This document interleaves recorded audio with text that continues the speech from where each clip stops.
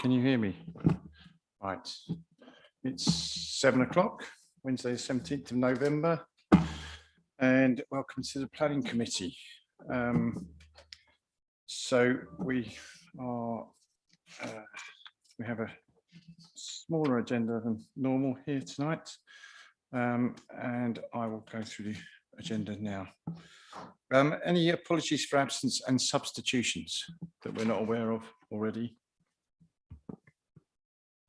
I think Councillor Shabazz Ahmed will not be able to make it tonight.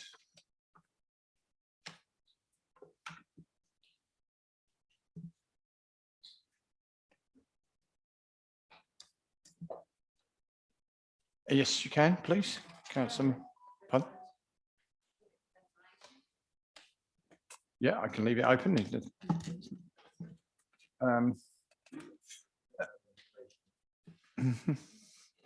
So any urgent matters? No. Declarations of interest? No. Matters to be considered in private? I'm unaware of any. No. Minutes of the previous meeting? Agreed? Thank you. I'll sign those in a minute. So site visit attendance. I wasn't on the site visit, so I'm going to rely on your own. I'm going to call committee out. Councillor Mahmood, you were on the site visit, I believe. Shabazz Ahmed, not. Councillor Anand, yes, I believe. No, right, okay. Councillor Ball? Yes, but he's not here yet.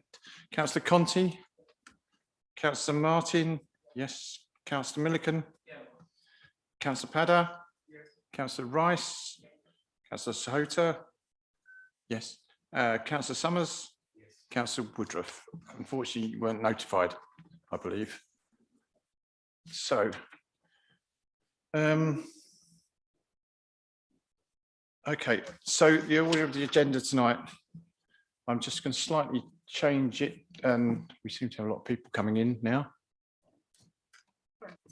Can we just work out who these people are and where they should be sitting?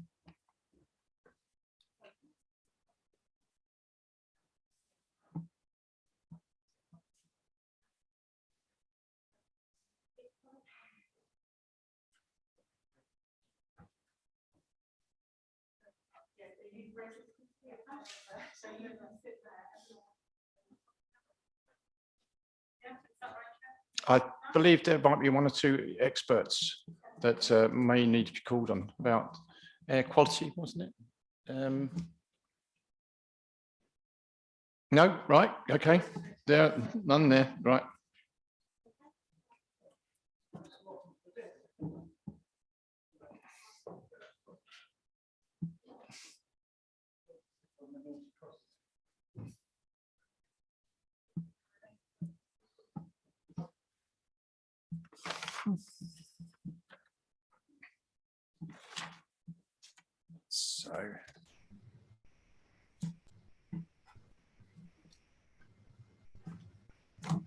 So for the committee, and we can leave that open, that'd be good. I'm proposing to take number 2 on the agenda first, which is Bollow Lane Chiswick, and then drop back onto running order of the agenda 1, 3 and 4 from there. Chair, good evening. It's Councillor Steed. Can you hear me? Loud and clear, Councillor Steed. Great. Okay, just checking in. Thank you. Thank you. Right. Okay, so this is Bollow Lane, and I wonder if the officer would like to introduce, please. Yeah, just Chair, I don't have anything to connect to my computer just yet for the presentation. Great. Pardon? I don't know how I'm supposed to present without like a connection to or something. I thought the IT was. No. Right. Yeah. Right. Sorry about this.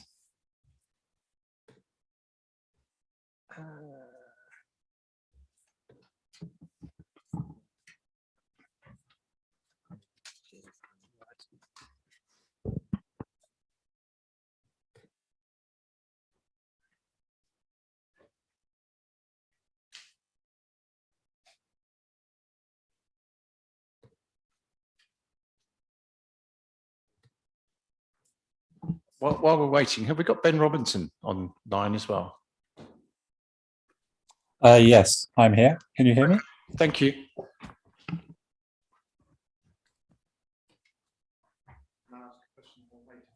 On the briefing notes, I presume the bullet Yes. it is entitled The Mound. Yeah, I think that's a One, isn't it? copy and paste mistake on briefing notes, yes. I don't think it takes anything away.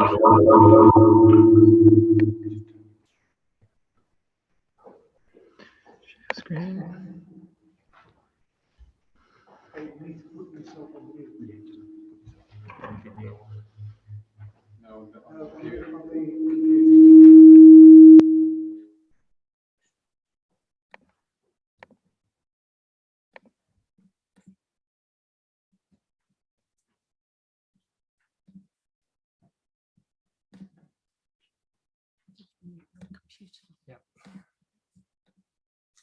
Oh, there.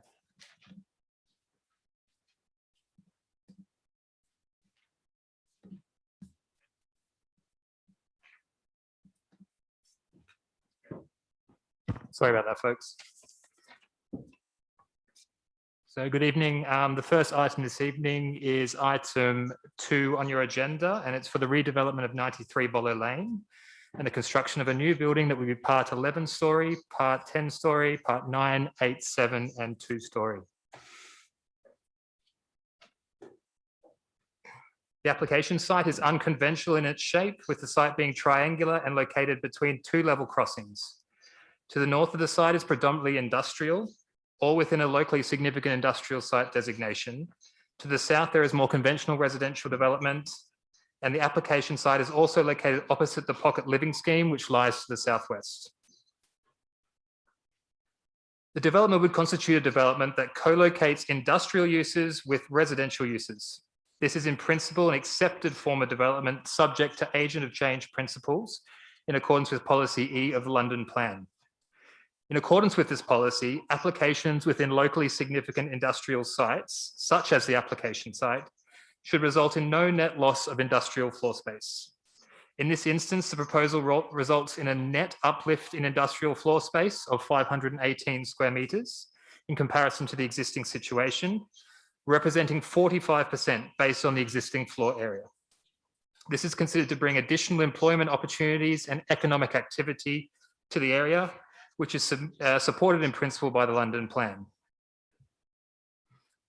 The proposed uses for the industrial space will be limited to Class EG, which represents activities that can be carried out in a residential area without the detriment to its amenity. This includes things like offices, operational administrative functions, research and development of products or processes, or industrial processes. The commercial strategy in the report of the application makes note that the flexibility of the spaces is of utmost importance and is evident in the scheme, with the ability to subdivide where necessary to create smaller spaces or suitable for larger spaces to accommodate larger businesses and SMEs. Overall, the provision to create additional employment space within Class EG on a LSIS site, a locally significant industrial site, is wholly supported by policy E7 of the London Plan. The proposal also includes the provision of residential accommodation on floors above the industrial space. The proposal would create 96 units with a mix of 1, 2, and 3 bedroom units. In terms of the affordable housing offering, this is considered to be good and in accordance with London Plan and Ealing Council objectives. The proposal will provide affordable housing at 38% by habitable room, which exceeds the minimum requirement of London Plan for the fast track route. In terms of the tenure split, this will be provided at a rate of 74.5% LAR, London Affordable Rent, and 25.5% shared ownership, which well exceeds Ealing Council's objectives, and would provide a good amount of genuinely affordable homes within a wide variety of configurations for Ealing residents. It is noted the report incorrectly states that the affordable housing would be provided at 34% by floor space. However, this calculation includes corridors, and as such, omitting the corridors brings the affordable housing up to 35.6% by floor space. The design of the building is considered to be high quality and would improve the overall visual amenity of the area. The design approach taken is to reflect the railway architecture of Acton Town and Chiswick Park underground stations, where it's geographically located in the centre of, and curved features and a strong horizontal and vertical alignment has been implemented into the facade. Development also provides a distinct differentiation between the industrial and residential uses, reinforcing the prominent character of the area as being residential. 38 objections were received during the statutory consultation period. It is noted that some objectors raised concerns with the way in which consultation was undertaken. However, Council has undertaken consultation in accordance with all statutory objectives and obligations. As part of the As part of the pre-application discussion, the applicant was also advised to do their own consultation, and this is detailed within the applicant's statement of community involvement. Issues relating to residential amenity, particularly relating to daylight, sunlight, and overlooking, have been fully scrutinised by council officers with a clear and concise assessment provided within the officer's report. In relation to the design and height, it is considered that justification is also clearly outlined within the officer's report, and the development is considered to be consistent with the emerging and prevailing character of the area. It is considered relevant to outline the benefits of the scheme, which are shown on the slide above. So we are seeing an increase in housing supply on the site. We are seeing an increase of employment space on an ELSA site with increased flexibility and larger floor-to-ceiling heights. We have a good affordable housing provision delivering genuinely affordable homes to the borough. A sustainable development with 60% reduction in carbon beyond Part L of the building regulations. Good quality landscaping and communal space offering. A brownfield site that's centrally located to public transport, and it fully optimises the site as well. So the officer recommendation on this application is for approval, subject to conditions and legal agreement. Thank you. Okay, thank you, Joel. We have a speaker again, an objector, Ben Robertson, sorry. Ben, you have 3 minutes. Who's timing this? Linda. So if you're ready. Okay. Ben, if you're ready. You ready, Linda? You've got 3 minutes. We'll let you know at 30 seconds out.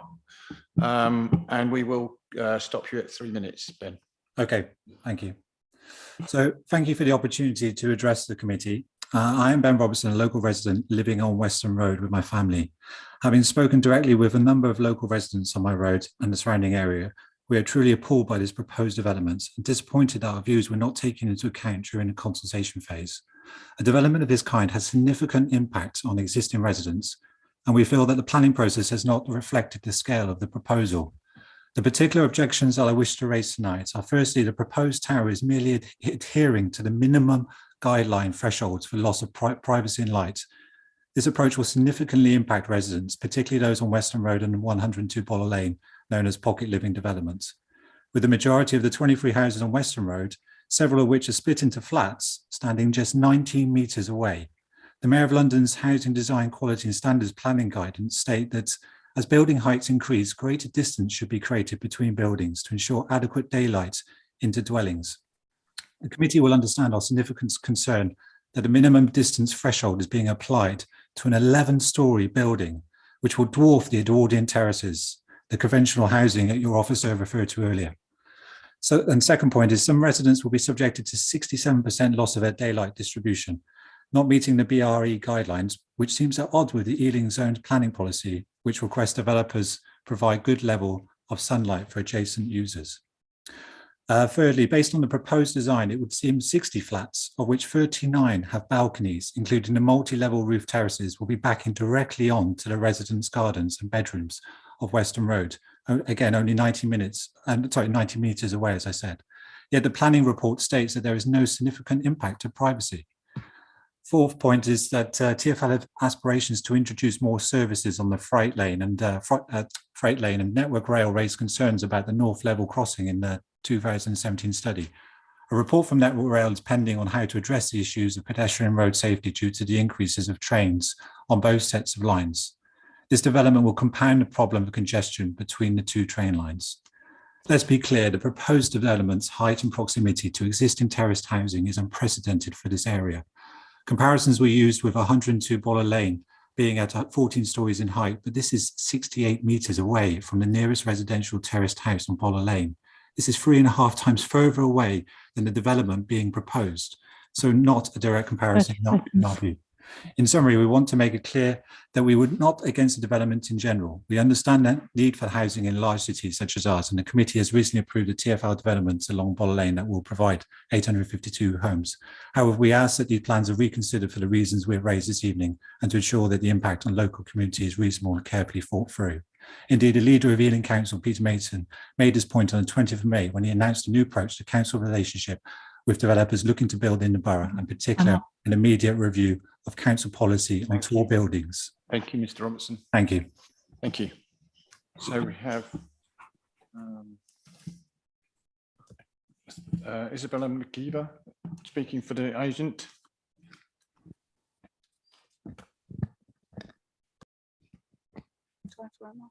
Okay, thanks. Thank you, Chair, for the opportunity to address committee this evening. I would like to use this time to reiterate the conclusions drawn in the officer's report, which confirms officer support for the scheme, which makes efficient use of an underutilised brownfield site. The scheme has evolved through 6 months of extensive pre-application discussions, where we have worked proactively with officers, the GLA and other key stakeholders. A number of key benefits, as listed in the committee report, demonstrate why the scheme has received a positive recommendation. These can be summarised as follows. The proposals are able to intensify the light industrial use on the site and deliver a significant number of new homes to meet the council's 10-year target, securing the principle of development. Professional commercial advice has been sought to ensure the commercial units respond to a local need and are of a high quality and flexible to end users. The proposals deliver more than 35% affordable housing by habitable room and provide a desirable tenure split to meet local needs, which is skewed heavily in favour of London affordable rent. The size of homes proposed are of a healthy mix and are supported by officers, particularly the provision of 3-bedroom homes for the affordable rented tenure.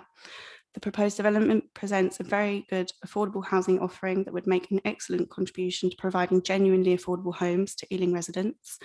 The proposals would improve the character and appearance of the local area and would provide an improved pedestrian experience and street scene, which at present is poor and unwelcoming. The building has been designed specifically to respond to the site's location, which transitions between dense approved and emerging development to the north and the less dense housing to the south.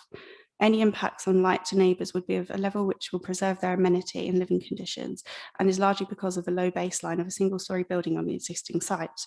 Amenity of neighbours is also preserved through separation distances which far exceed the minimum standards in the London Plan. All homes within a development exceed the minimum space standards, have their own private balcony or terrace, and will provide a high-quality living accommodation for future residents. The proposals deliver almost a 70% on-site reduction in CO2 emissions, far exceeding the GLA's 35% target. The development of a largely car-free scheme, except for disabled spaces, also promotes the sustainable methods of transportation and the provision of a high-quality landscaping scheme with various opportunities to play, exercise and relaxation across different zones within the landscaping. We have no outstanding objections from technical and statutory consultees, including TfL, design and landscaping. So in summary, we agree with the officer's conclusions.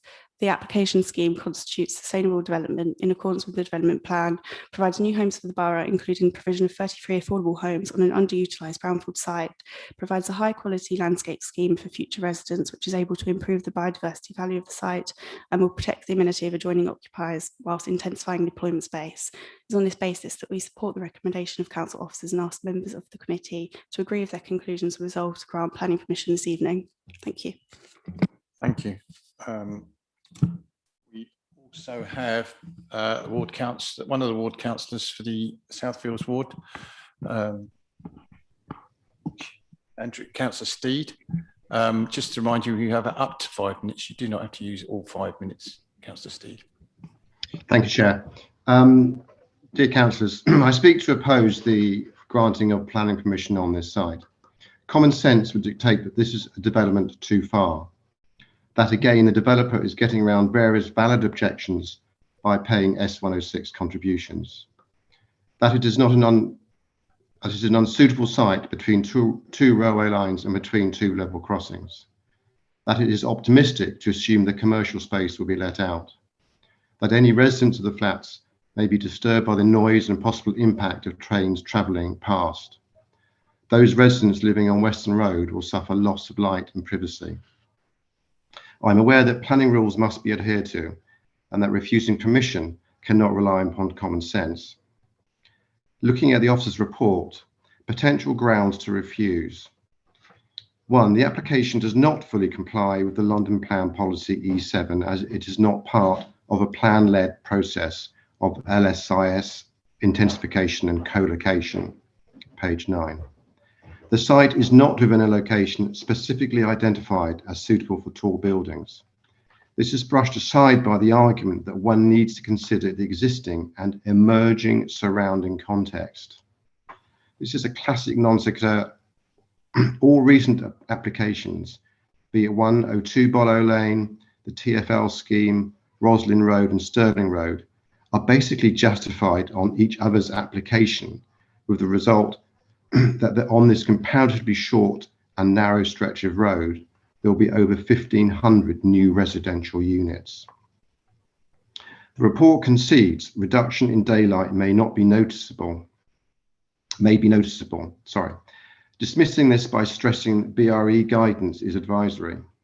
However, the detailed section of the report addressing the issue of impacts on neighbouring properties, page 28, makes it plain that most of the windows fail to meet the default criteria.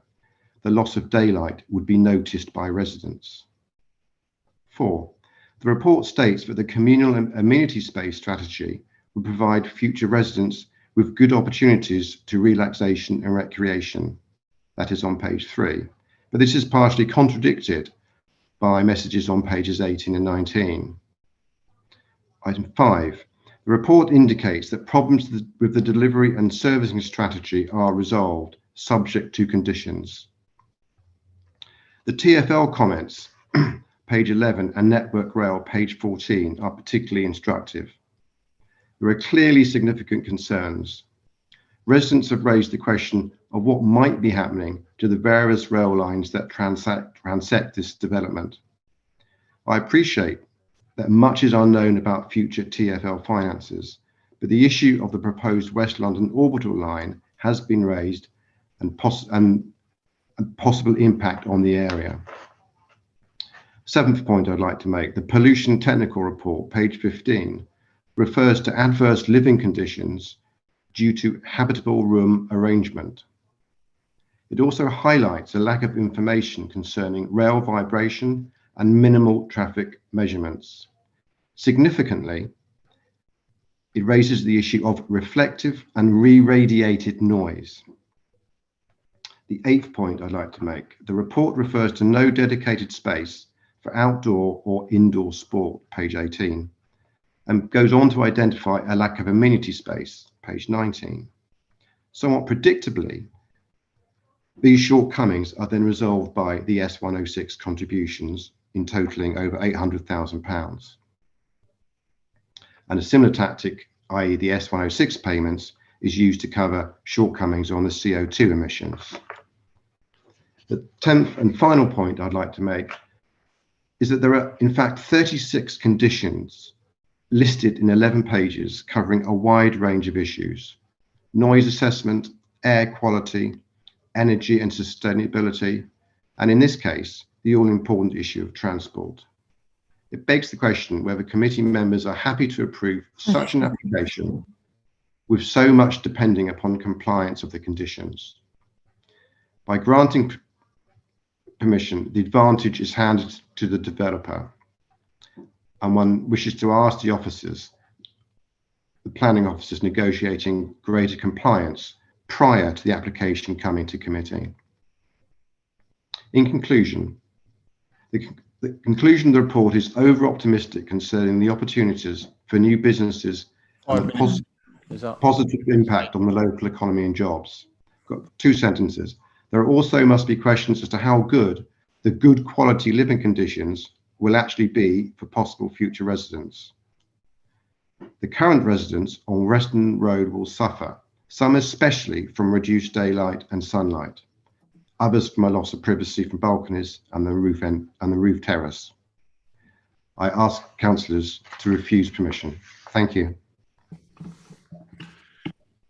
Thank you, Councillor Steed. Quite long, 2 long sentences at the end. Right, okay. So would the officer like to come back on any of those points? Let's try and some of the points. 19 metres away, sunlight, balconies, 19 metres. What else we've got? Planning-led process, not suitable for tall buildings, daylight, recreation, delivery and servicing strategy. I think you've got them all. Most of them are covered in the report, one way or the other, but if you can pick up on some of those, please. Yeah, so the separation distance was mentioned at 19 metres. And as you can see in the officer's report, there's a map there showing the railway corridor itself is 19 metres. Then this building is also set back further from that boundary, and the residents on Western Road are also set back further. So in all cases, the proposal complies with the sort of 18 to 21 metre yardstick that we're looking at for overlooking of properties. It was also mentioned as an 11-storey building. Now, it has to be put into context that the 11-storey element is located to the front. And if I don't know if it's able to share my screen again. But there's an element of that 11-storey that's closest to Western Road, which is in sort of an 8-storey shoulder to that. So the 11-storey element is set back quite a bit from the railway and the residents on Western Road. There were some comments in regards to Network Rail and TfL. So TfL and Network Rail have both been consulted as part of this application. They have raised concerns. These concerns have been addressed as part of the application process, particularly relating to deliveries and servicing. And Network Rail have raised a number of issues in regards to construction close to the railway corridor. And we have included an informative on what the applicant is expected to do in applying to Network Rail for permits prior to construction.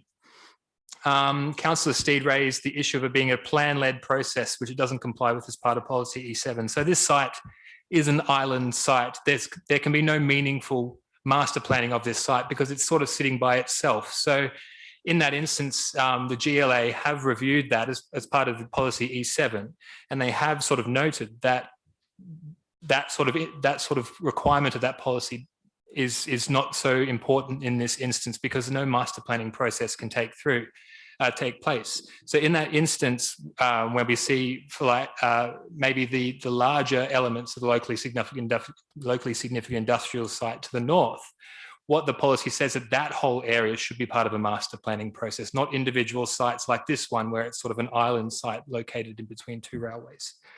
So the report does, it has been brought up about daylight, and I've tried to explain as clearly as possible in the report. And BRE guidance, yes, is advisory, and it's used as a tool for officers to determine what type of impact it will have.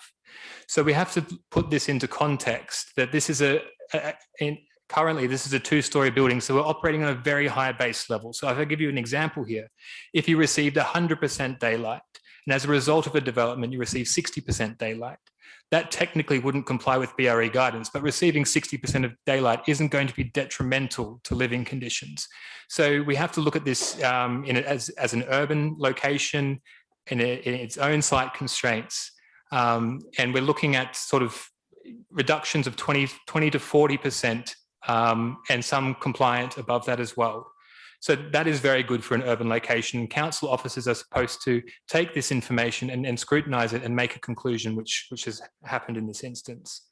I've got here problems with deliveries and servicing. I mean, this has been addressed within a condition. The proposal initially came forward with a loading bay to the front, which would be sort of cut into the footpath. Now it's going to be at grade with the footpath. So when it's not in use, it can be used by pedestrians. So it's not eating up that footpath.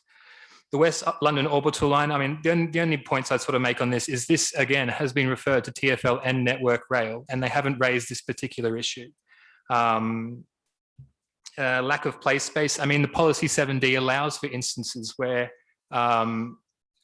play space isn't provided, a Section 106 contribution is used to upgrade park facilities in the area. So that is a very common thing that happens. And obviously these sites are quite constrained, and we need to be pragmatic about that. And I mean, the landscaping proposal is quite well thought through. There's different areas for different types of activities. So council officers are of the view, and council's landscape architect about that. I think it was raised about energy and sustainability in regards to Section 106 contribution for carbon offsetting, but that is, again, a very standard thing that happens. And I guess compliance with conditions, I mean, the applicant is required to comply with their conditions. That's why we put conditions on. So you'll never get a development that doesn't have any conditions on it that the applicant needs to comply with. Just one, I think you may not have mentioned about habitable room arrangement. You have mentioned in the report. Yeah, so in this instance, it's a development with a step down. So you can't always get this arrangement where where flats are stacked perfectly. And in those instances, the objection, well, it wasn't really an objection from pollution technical, but it was a point that in those instances, those particular areas require higher levels of sound insulation, which is required to be submitted to us by condition. Thank you. I think you've covered most of those. I'm sure the committee would pick you up if you haven't. I'm going to go to questions before you raise your hands, what I'm saying, as we did last time, I'm just going to take all your questions first, and the officer will come back as he has to the speakers and address them. And if he hasn't actually addressed your question, then obviously come back to that point. But then we'll go to the debate after that. Okay. So, Councillor Ball, I saw your hand first. Sorry, who else? Councillor Summers, Councillor Rice. Right. Let me just keep your hands up for a second. Councillor Ball, where you go. Yeah, thanks, Chair. So looking at page 29 of the report, and you've mentioned it yourself, we see 40% reduction of daylight of some units on the default BRE basis and 68% reduction against the baseline daylight distribution. I wondered, in the negotiations with the developer, was an alternative looked at where instead, or as well as sloping down from the tall elements at the Bollow Lane end, sloping, going down to the back of the side, whether it was looked at an alternative of sloping from the to have the highest elements furthest away from Western Road, because it would seem logical, because that's the only side that has residential. It would well, pocket living as well at the front, but that's the main residential impact is that way. It would seem sensible to have the tallest element on that, by the other railway line. Was that looked at, and if so, why was that rejected? Okay, hold that question. Councillor Summers. Yeah, I've got two questions. One is kind of following on from that, but it's about the just for a clarification, 95 Bollow Lane, the small house next door, which that's not including in the site. I was just wondering, why that's not included. Is it listed? Because obviously, if that was redeveloped as part of the site, you could maybe put the higher element there. But I was just wondering, and also how it's affected if there is a resident there by this. And the other point is about construction. If you're going to be building this and it's between two level crossings, I'm imagining those trains all the time. If you're bringing cranes or heavy, construction equipment on, they might be tempted to bring it in at night. And I was just wondering whether that was something they would be allowed to do as part of the construction plan.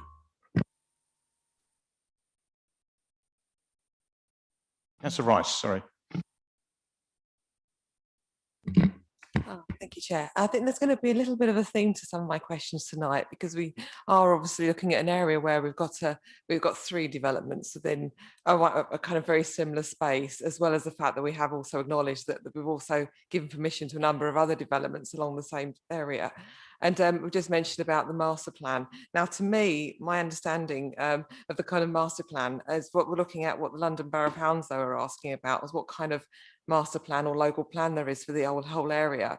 And I think it is interesting to think in terms of, if you have got a number of developments and a number of large developments, there are going to be other considerations you're going to need to make, because you can't just simply make a consideration on one development in terms of amenities, for example. You just need to look at it in a far more holistic way, because it will just be relevant. One example I'll give here that I just do want to ask about is, how do we go about making a consultation with Thames Water? Because they do talk about the water pressure and what they can actually offer development, but in terms of, can they promise to provide the water if they're also providing water to a number of other large developments along that same area, especially since it's traditionally been very much an industrial area, and so it just will have actually just been servicing a few workers during the daytime. Yeah, what kind of consultation do we make? Are they fully aware of what's going on elsewhere? Have they taken that into consideration? Thank you. Okay, thank you. Councillor Martin. I've got a couple of questions. One of them relates to the shortfall in disabled parking. I note in the report that it says that sites close to public transport and local amenities. Given the level crossing, how accessible is that crossing to somebody in a wheelchair? That's my first question. Second question is about the park facilities. So appreciate that the developments themselves have shortfalls. Where is the nearest park, and how accessible is that?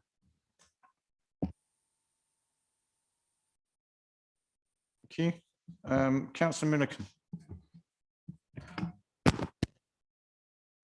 Thank you, Chair. I have three questions, and that frankly probably relate to all three, so I'll ask them now, and Joel may have the same answer for each of them. One is if the commercial premises are manufacturing something, maybe they're coffee roasters or food preparation, what happens to their vans? The reason I ask that is I'm a trustee of a charity social enterprise, which is almost around the corner on Enfield Road, South Acton Estate. We have two vans that have to park somewhere overnight. They can't be driven home. They belong to, in our case, a social enterprise or business. So what happens? Where do those, what's it proposed happens to those? And that will be true with all of the sites we're discussing this evening. I've done a little bit of research, and I'm interested, and again, I don't know whether you have the answer to this, maybe the developer does, but about mortgages. If you, my understanding is that high street building societies are not terribly keen to offer mortgages above commercial premises. So I'd be interested to know, and there's quite a lot of property here that is either shared ownership or wholly owned. And a much simpler question, I suppose, is around allotments. There's section 106 for allotment garden improvements, and I'm wondering where those allotments are. In fact, all the three sites along this road, along Bollow Lane, all have the same provision in them under section 106. Councillor Conti. Thank you. It's sort of following on from Councillor Martin's question about amenity space, not just about where the closest park is, but there's clearly a lot of development around this whole area, the TfL sites, around South Acton. And in terms of the amount of communal amenity space, when we're looking at all of these developments in totality, you know, if we're saying that there's significant shortcomings on this site, you know, is there adequate amenity space generally for all the extensive developments that are going on in the area? I had another question, but I should have written it down because I forgot. But yeah, that was the second question. Thank you. If you've forgotten it, you can't. No, okay. Okay. Any other questions before I bring the officer back in? Okay, Joel, would you like to? I'll prompt you if you, because I've made some notes as well. I think I've got it all here. So the Councillor Borg began with talking about how the application came forward. Was there alternative designs proposed? So in terms of the slope, like in the alternate direction down to Western Road, that didn't come up as an option. But I would note that this application went through a pretty extensive pre-application process with us, and earlier versions of the proposal were deemed unacceptable by us. They were higher, they had different servicing arrangements, and we asked the applicant to go back to the drawing board and develop a scheme in terms of its design and its height that responded to the residents on Western Road in particular. So the development that came forward was informed by their own BRE assessments. I mean, that particular version of a proposal with the sloping in an alternative direction, that wasn't brought up. But the applicants were always made aware of officers' concerns in regards to these residents here and any impact that the proposal would have on those residents. Councillor Summers brought up construction between two-level crossings. Yeah, I mean, there are standard conditions in regards to construction management plans, but I take on board the comments and the concerns that this is a unique situation being located between two-level crossings. So, I mean, the applicant will require separate approval from Network Rail that's going to be required because they're operating within the vicinity of their assets. So that is one concern they will need to look at. They will need to look at, because Network Rail are not going to want any impact on their level crossings. And I mean, as part of a construction management plan, they would need to tell us when they're proposing to do works, and council has standard hours of operation for construction, so they wouldn't be able to operate into the night. Point on 95 Boller Lane. So this site initially, as part of previous discussions, did come as part of it. So there were initial proposals for that site, but I'm not sure, but I think the applicant couldn't acquire that site to include it as part of this application. It is a dwelling. There will be impacts on that dwelling, but again, they are considered to be commensurate with an urban location. Councillor Rice talked about the master planning process and London Borough of Hounslow. Can you just remind me on what Specifically, it was about Thames Water, using an example of Thames Water. Okay, so Thames Water are consulted as part of all our applications, and they are the most aware of the capacity of their network. They have reviewed that, they have recommended conditions, as they have with all of these applications. So they are aware of the development pipeline coming forward. And, you know, as part of that, if any upgrades are required, it will be required by Thames Water that the applicant pays for that. Councillor Martin about the disabled parking. So yeah, I think you take my point in the report about there's no provision or no possibility for providing that 7% additional, because there's no physical place to put it. In terms of the crossing there, I guess I don't really know how to answer it. It's slightly outside the remit of the proposal being considered tonight, but we did visit obviously the site on Saturday.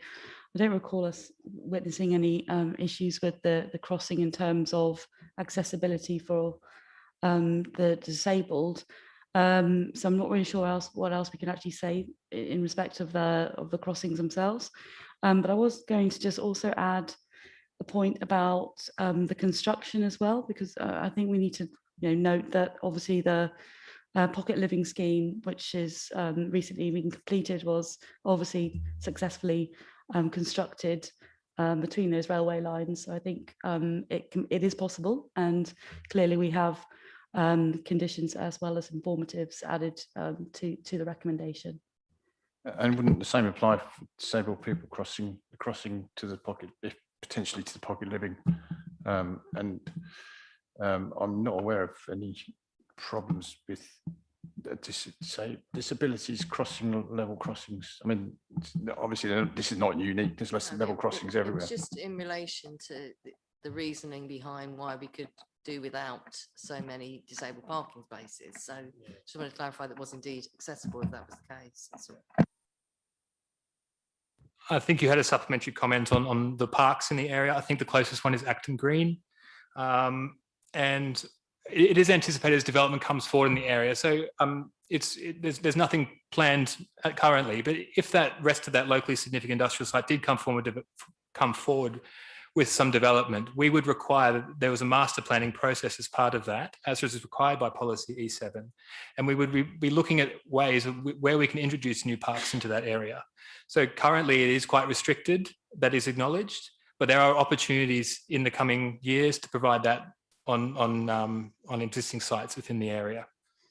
I would just add that obviously the TfL proposal, which was recently resolved to grant, also does include some public spaces as well, which is also to complement the area and obviously facilitate amenities for that development and others within the existing community. So yeah, it is a consideration on all the applications coming forward. But I think the main point I think was being made was in relation to shortfalls in terms of certain types of amenity space, specifically play space for certain age groups, which the committee will be used to seeing that there are some proposals which don't fully comply with all the various requirements. But it's not to say it's not provided across the board, but it may not fully comply. But where we can obviously seek section 106s to improve access to those existing spaces, which there are obviously those spaces in this vicinity, then that's where it will be used, in the same way that there are allotments also There are some allotments to the north, which I think there was another question, but I'll revert back to the case officer to run through the remaining points. Thank you. Thanks, Alex. So Councillor Milliken sort of brought up the point that if commercial occupiers had some vehicles they needed to park on the premises, what would they do with it? They can't take them home. In that instance, any prospective occupant of these spaces would know from the beginning, before they go into these spaces, that there is no car parking available. So they would need to make that decision themselves.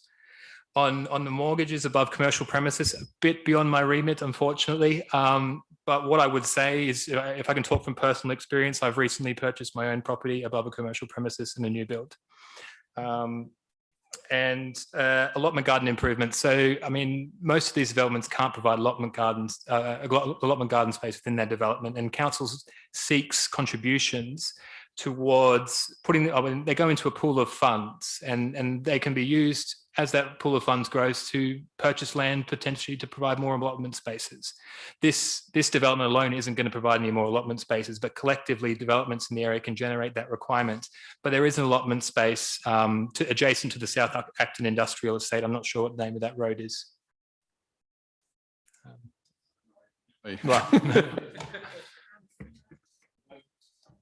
Councillor Conti, I'm not sure if your question's been answered already about amenity spaces enough in the area. I mean, there are developments coming forward, as Alex said, about TfL. There's going to be green space located amongst that. We anticipate, if the rest of that industrial development comes forward for this sort of development, that parks will be a part of that. So, I mean, the offering that they're providing on space should meet the residents' needs as well. Thank you, Joel. That was quite comprehensively answered. I can now move to the debate. If anyone would like to contribute to the debate. Councillor Summers, then Councillor Conti. Didn't realise I'd be on first, so the pressure's on me. But there's 2 points I wanted to make before I, give my indication which way I'm thinking about.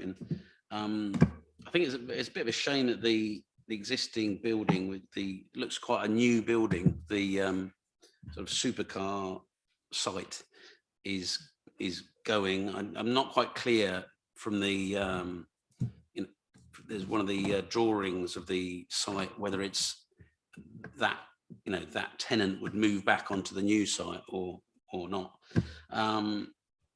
But obviously the residents is the main concern, how they're affected. And also, I'll take Councillor Steed's point that this whole area of sort of Bollow Lane there's going to be an upturn. There's going to be I think Councillor Steed said 1,500 extra residents, and there is no sort of there doesn't seem to be sort of a great master plan on how that's going to affect the road, or that where's people going to go shopping, where they're going to get their groceries, etc., etc.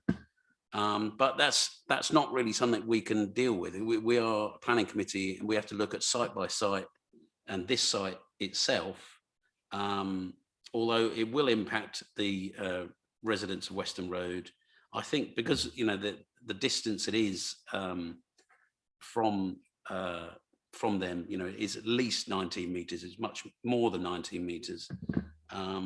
Anyway, and plus the affordable housing element, I am minded to vote for it at the moment. Thank you. Councillor Conti. Thank you. I sort of remembered what my question was going to be, but I'll frame it in more of what my concerns are.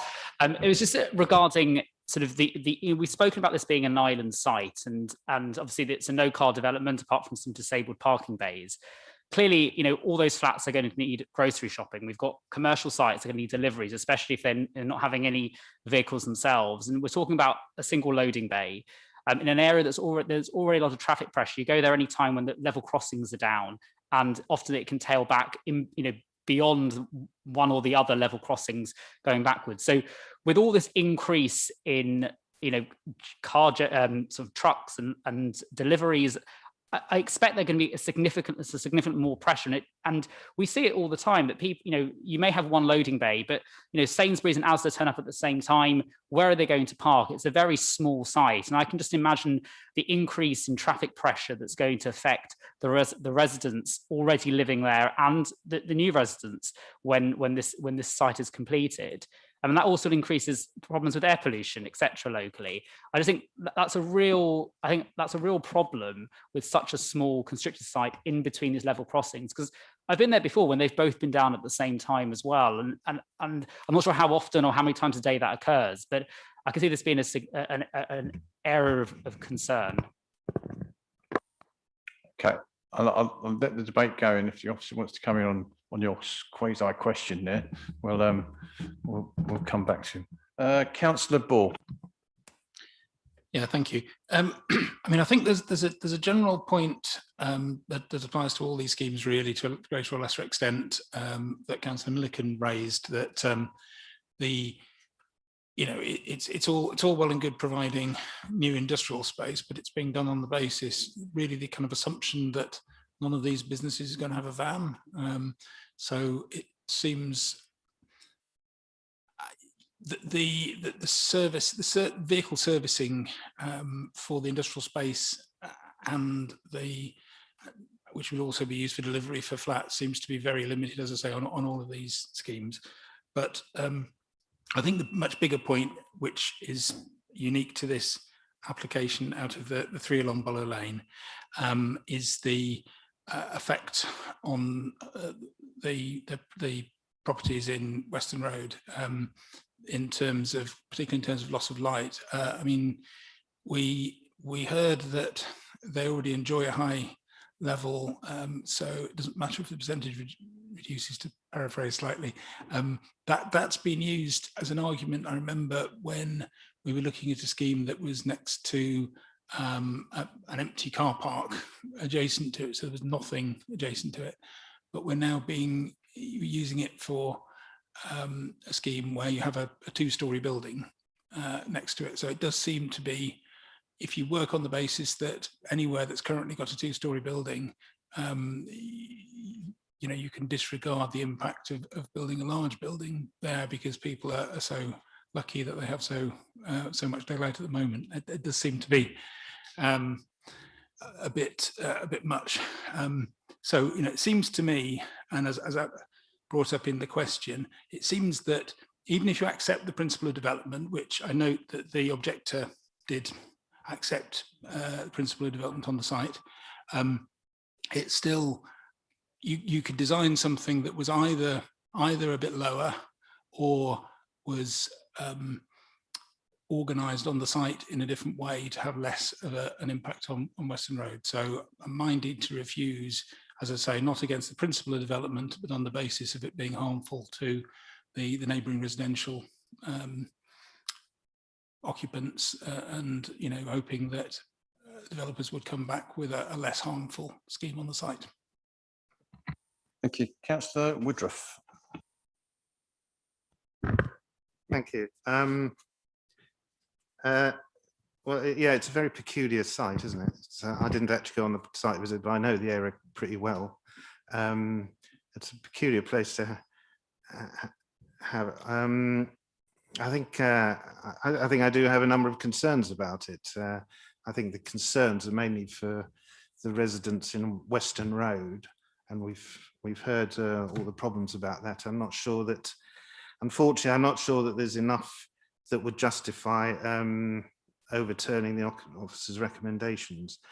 I would also say that the people who are going to move there, I think when we talk about questions of mortgages and whether they've got commercial vans, I mean, that is something they'll have to take on board when they decide to move into the place. I mean, that's going to be their, to be honest, their problems. Nobody's forcing that to happen. And as long as that is clear to them when they go there, then I think we just have to leave them. I mean, I personally would have no intention of going there, but some people might.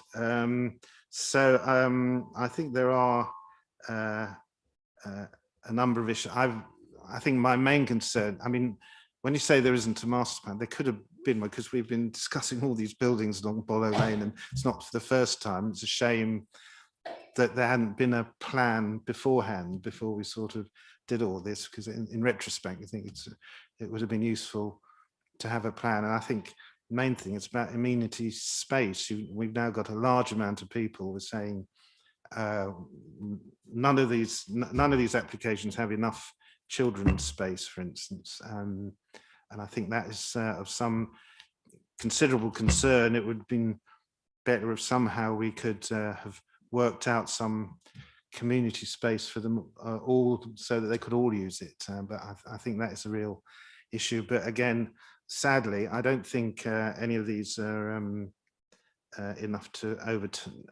overturn the officer's recommendations. But I do think we've, in retrospect, it would be better to have actually had a plan in the first place. Councillor Milliken. Thank you, Chair. I wanted to, I can assure you I haven't coordinated with Councillor Ball, but I did want to make similar points, and I'm afraid I do disagree with my colleague Councillor Woodruff. These are industrial units, and we are going to change the commercial use of these properties, or of the industrial premises. You will not be able to manufacture anything there, whether it's food preparation, coffee roasting, just to pick two. You won't be able to do it because there's nowhere to put your van. And at the moment, those sites do have vans coming and going. They absolutely do, or they have done in the past. I know some of them are derelict now, but you were going to change the industrial use there. And this is industrial units.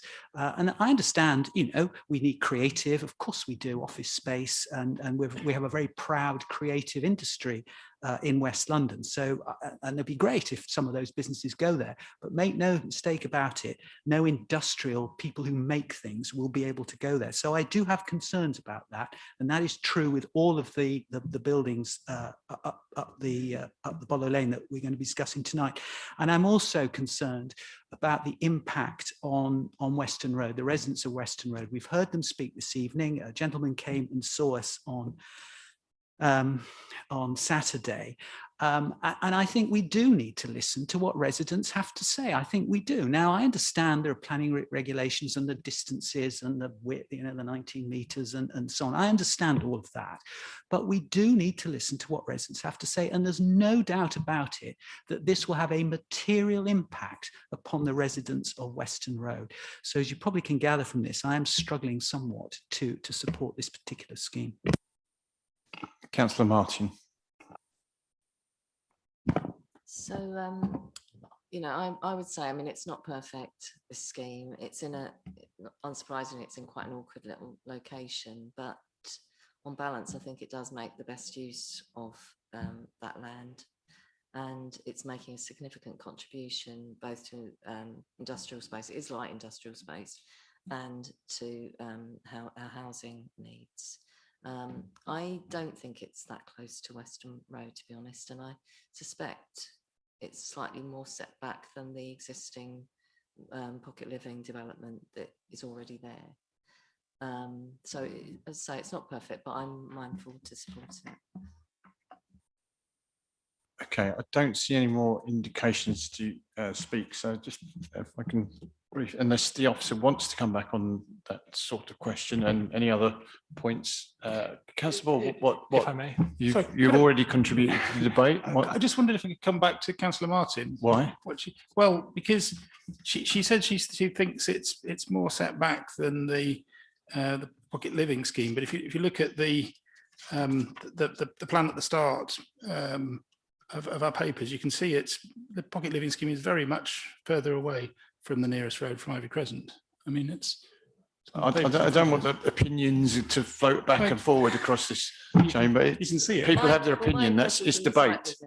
So, Joel, would you like to just come in on any points that? Yeah. So I think a lot of points were made about the deliveries. So I think we need to focus on the fact that this application has a central arcade going through it, with swept path analysis being provided, which is sort of a turning circle diagram showing that vehicles can enter and exit the site in the foregear, and majority of deliveries and servicing will be located on that central arcade. Now, the reason for the loading bay outside is potentially refuse collection, or in certain instances when a larger vehicle is required to park there. But the majority of deliveries and servicing will take place right outside the door of those places. Now, I take the point that this might prevent a occupant from having their own vehicle, but there's not to say that, yes, as you said, that that's not always the situation, but it's not to say those can't be taken home, or it's not to say that people can't rely on deliveries and servicing providers as well. So any future occupants of these space will need to respond to these units. And I would take the point that the applicant has had a commercial strategist prepare a report on their behalf, advising that this is exactly the type of accommodation that people are looking for industrial uses. I might just labour the point on the BRE guidance a bit more on the impact on Western Road. So I don't think the report doesn't shy away from the fact that there will be some impacts, but it's our role as officers to determine whether that impact is harmful. So it will be noticeable at 20% reduction. It will be noticeable. That doesn't mean it's going to be harmful. So we need to put that into consideration. Just because something's noticeable doesn't mean it's going to be harmful. I think, yeah, you've repeated the point again there, and Councillor Ball came back on it. So yes, that was fair enough to come back on. And I think most of the points have been answered. You might not like the answers, but most of the points have been answered by the officers. I'm not sure that, in terms of vans coming and going, there are other places where you can't park your vehicles and et cetera, et cetera. I don't really buy that as a reason for overturning the officer's recommendation. But, however, I won't labour this. So I think we should be going to the vote on this, because I can't see any more contributions, and I think that we've exhausted the debate. So, okay, all those in favour, please show.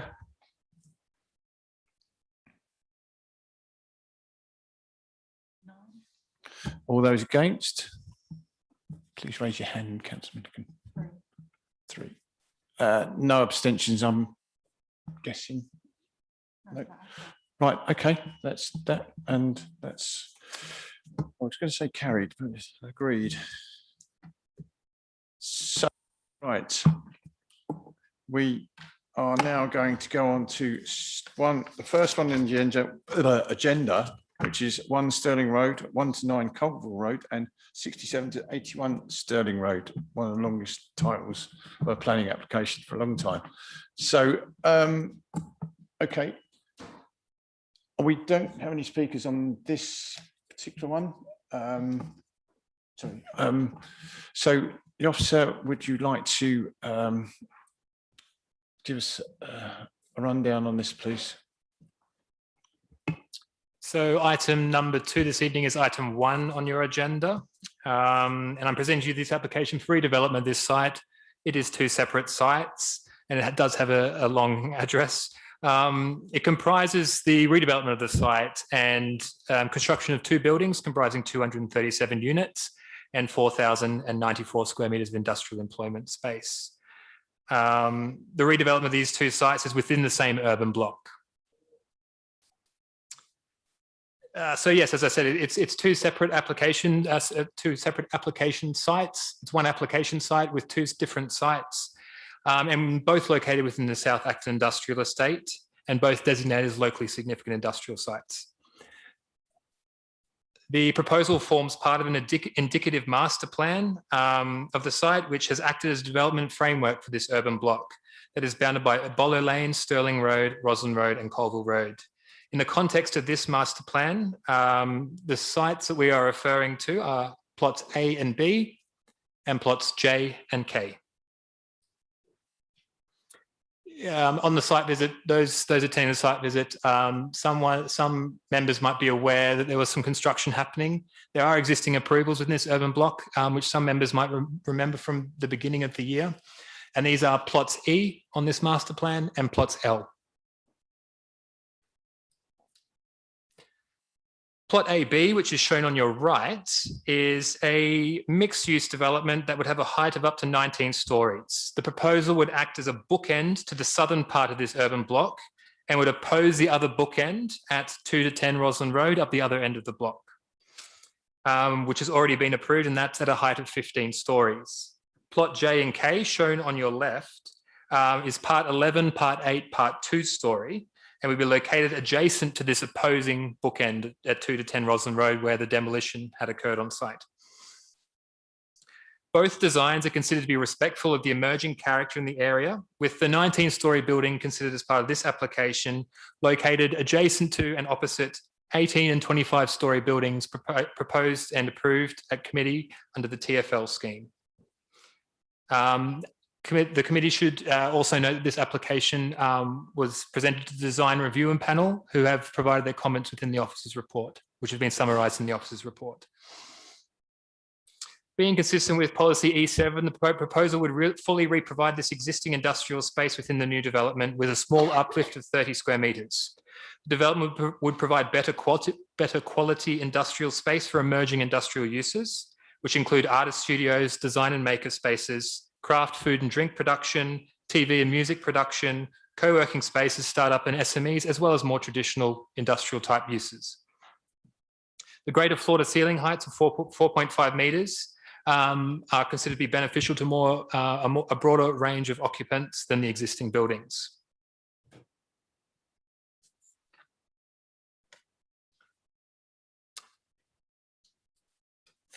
The proposal would co-locate these industrial uses with residential uses above, similar to the previous item on the agenda. That would make a sizable contribution towards council's 10-year housing targets as defined by the London Plan. Notwithstanding the quantum of units proposed, the proposal would deliver 38% affordable housing by habitable room, which is a good offering, with a 10-year split of 55 to 45 in favour of London affordable rent, delivering genuinely affordable homes in a range of sizes to Ealing residents. Concerns relating to the deliveries and servicing raised by the GLA have been overcome. So as part of stage 1 responses, the GLA have raised concerns about the delivery and servicing arrangements, particularly for the plot AB part of the development. However, this has been overcome and revised plans submitted. In considering the benefits of the scheme, so we're delivering additional homes on a well-located brownfield site, a good affordable housing offering consisting of a good quantum of family homes, compliant landscape and communal space, re-provision of better quality industrial space, a good quality design that would improve the amenity of the area and would fully optimise these sites. As such, the application is recommended for approval, subject to conditions and legal agreement. Thank you, John. You're going to be very busy tonight. Okay, Councillor, I'm going to go to questions again, take all the questions, answer the questions, then go to debate. Okay, so Councillor Mahmood, keep your hands up a minute, please. Thank you, Chair. Yeah, I've got two questions. The first is, as we all know that this is designated commercial and industrial area. So I just wanted to know what would be impact overall in terms of when we are losing or we are not losing employment land. Second is, there will be 2 bus stops will be completely affected by this development. So I just wanted to know, what is the plan for bus stop? Are they relocating that or they will be improving on the existing places? Thank you. Councillor Woodruff next. Yeah, it's a question. I haven't been on the planning committee for a while, and there may have been some of the rules changed. I just want to make it clear about affordable houses vis-a-vis the industrial use. Are we saying that if there's housing and industrial use on a site, then there can be less affordable housing? Have I got that right, or have I got that wrong? Just, you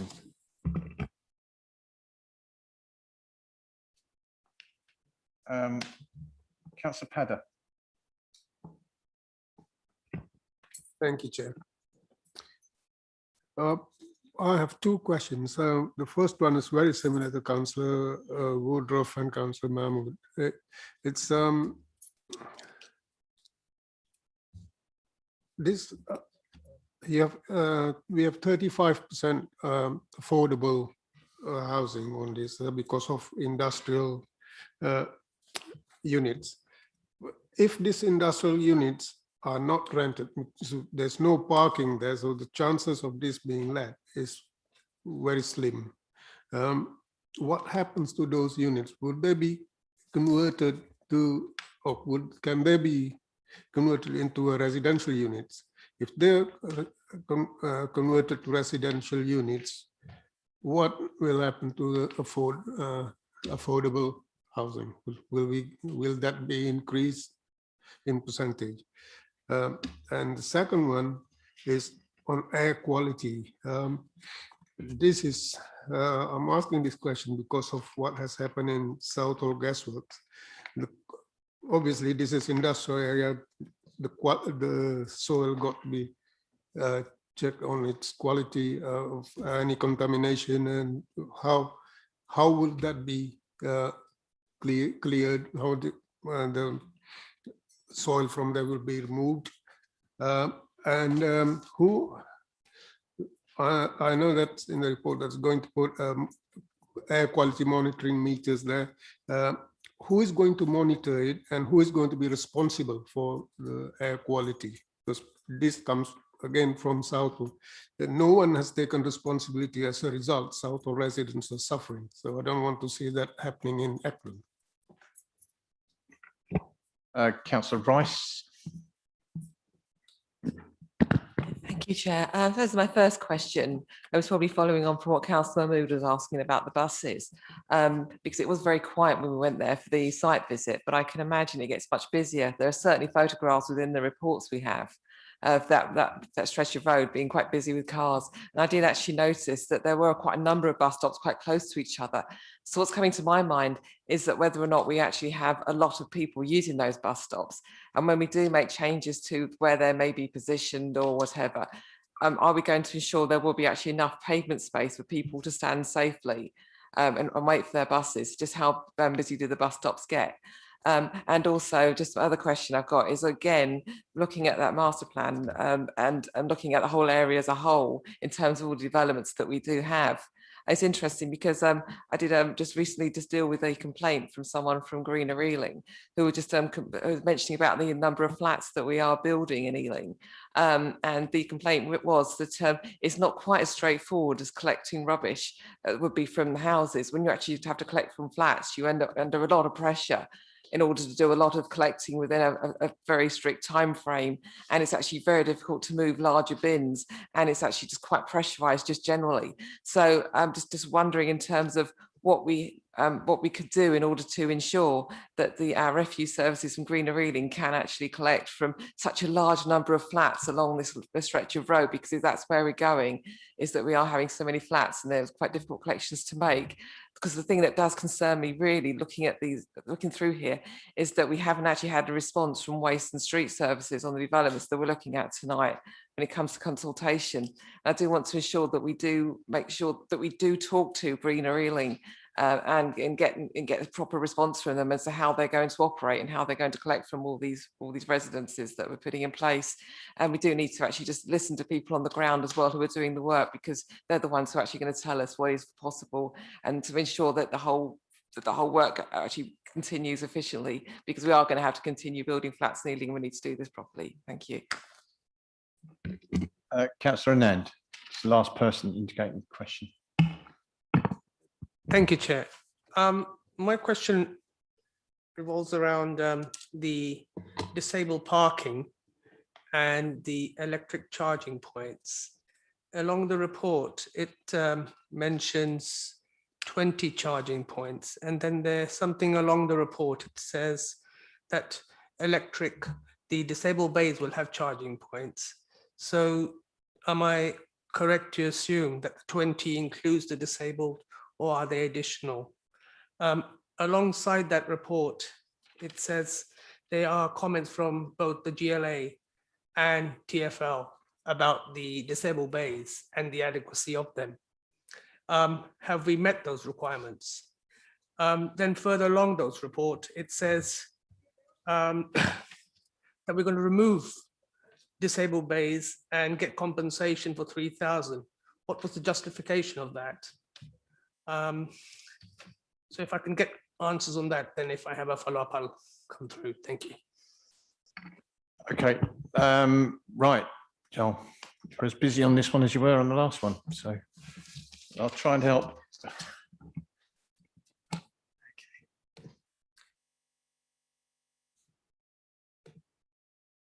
Sorry, I'll just share an image that's going to help out with one of the answers. You might be able to cover some of the questions all at once. Yeah, so I think one of the points was raised a couple of times in relation to the bus stops. So what I think might be alluded to here is an application that's item 3 on the agenda is proposing to relocate their bus stop. So you can see on the left-hand side is outside this item, whereas the other image there is opposite 3 to 15 Stirling Road. And you can see that this bus stop is already closer to the street, so does not need to be relocated. On the adjacent one, it is further back from the street, and the applicant is therefore proposing to move that bus stop forward, which TfL has no objection to allow for greater flow of pedestrian movement. So that's the issue there that may have come up in the site visit in regards to bus stops. As part of this application, there's no need to relocate that bus stop. Okay, and the employment land, Councillor Mahmood, we are increasing, so there's a net uplift. It's only small, it's only 30 square meters, but it is compliant with policy in that it's a reprovision of that space.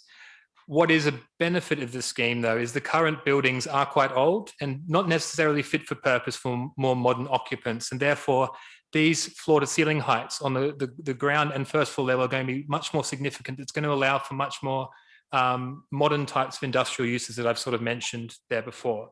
So yes, we're losing the existing buildings, but we're getting the same amount of space back and a better quality version of it.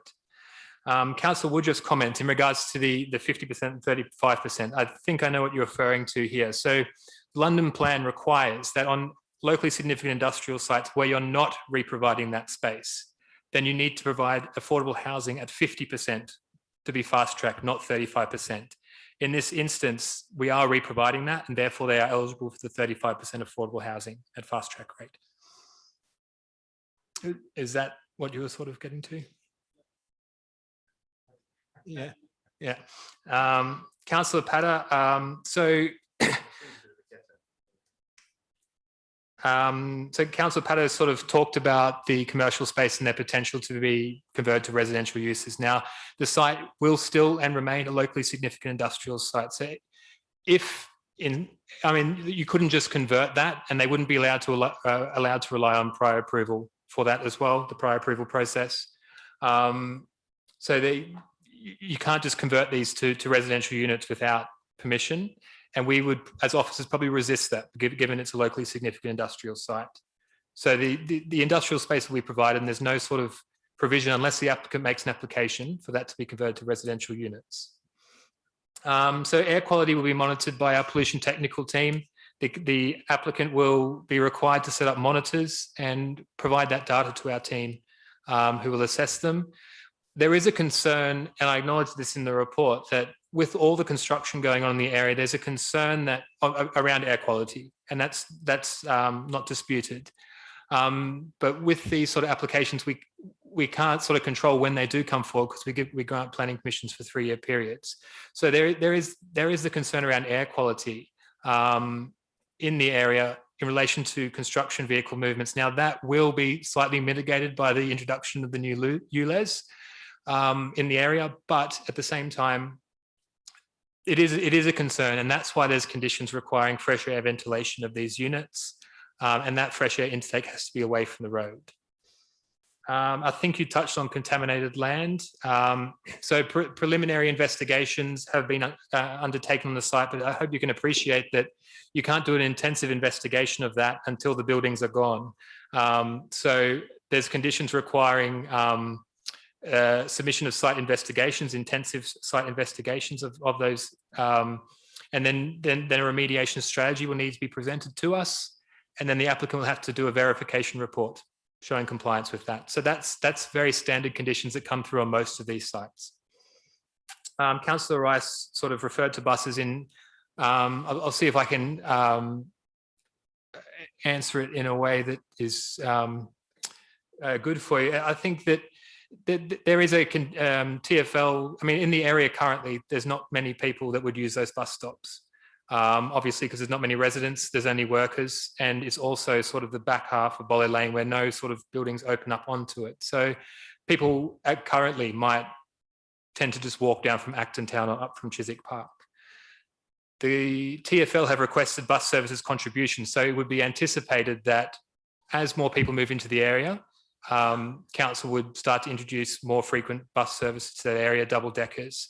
And that is why that contribution has been recommended, because that is a requirement to provide essentially as we're going forward, that public transport is improved and the applicant is providing those additional residents to the area.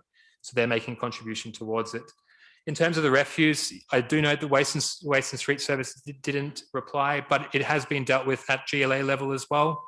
So that has all been looked at, and it has been looked at as by council officers as well. We are able to make judgments in those areas. In terms of the volume, I guess the refuse is going to be stored in bins that are of a larger volume rather than smaller bins. So it's not like we're going to be moving up little household bins into that area. That refuse will be concentrated into larger bins, and therefore will likely take less time to dispose of by a refuse vehicle. Councillor Nans, disabled parking, electric charging points. I didn't know quite what report you were referring to, the officer report or a technical report. Would you like to quote the page or the paragraph, please?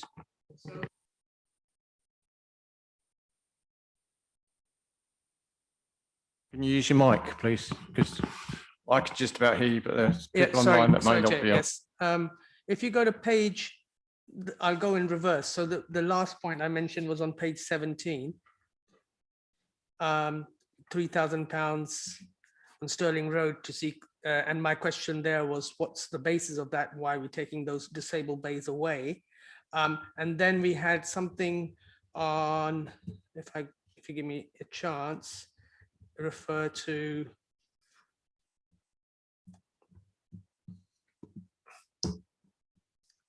okay, so the 3% of the total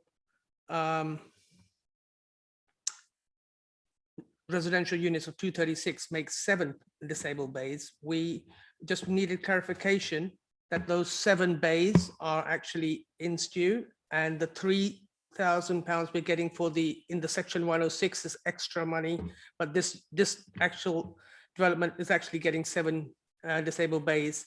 And then the charging, electric charging points was in the report as well. It mentions 20 charging points.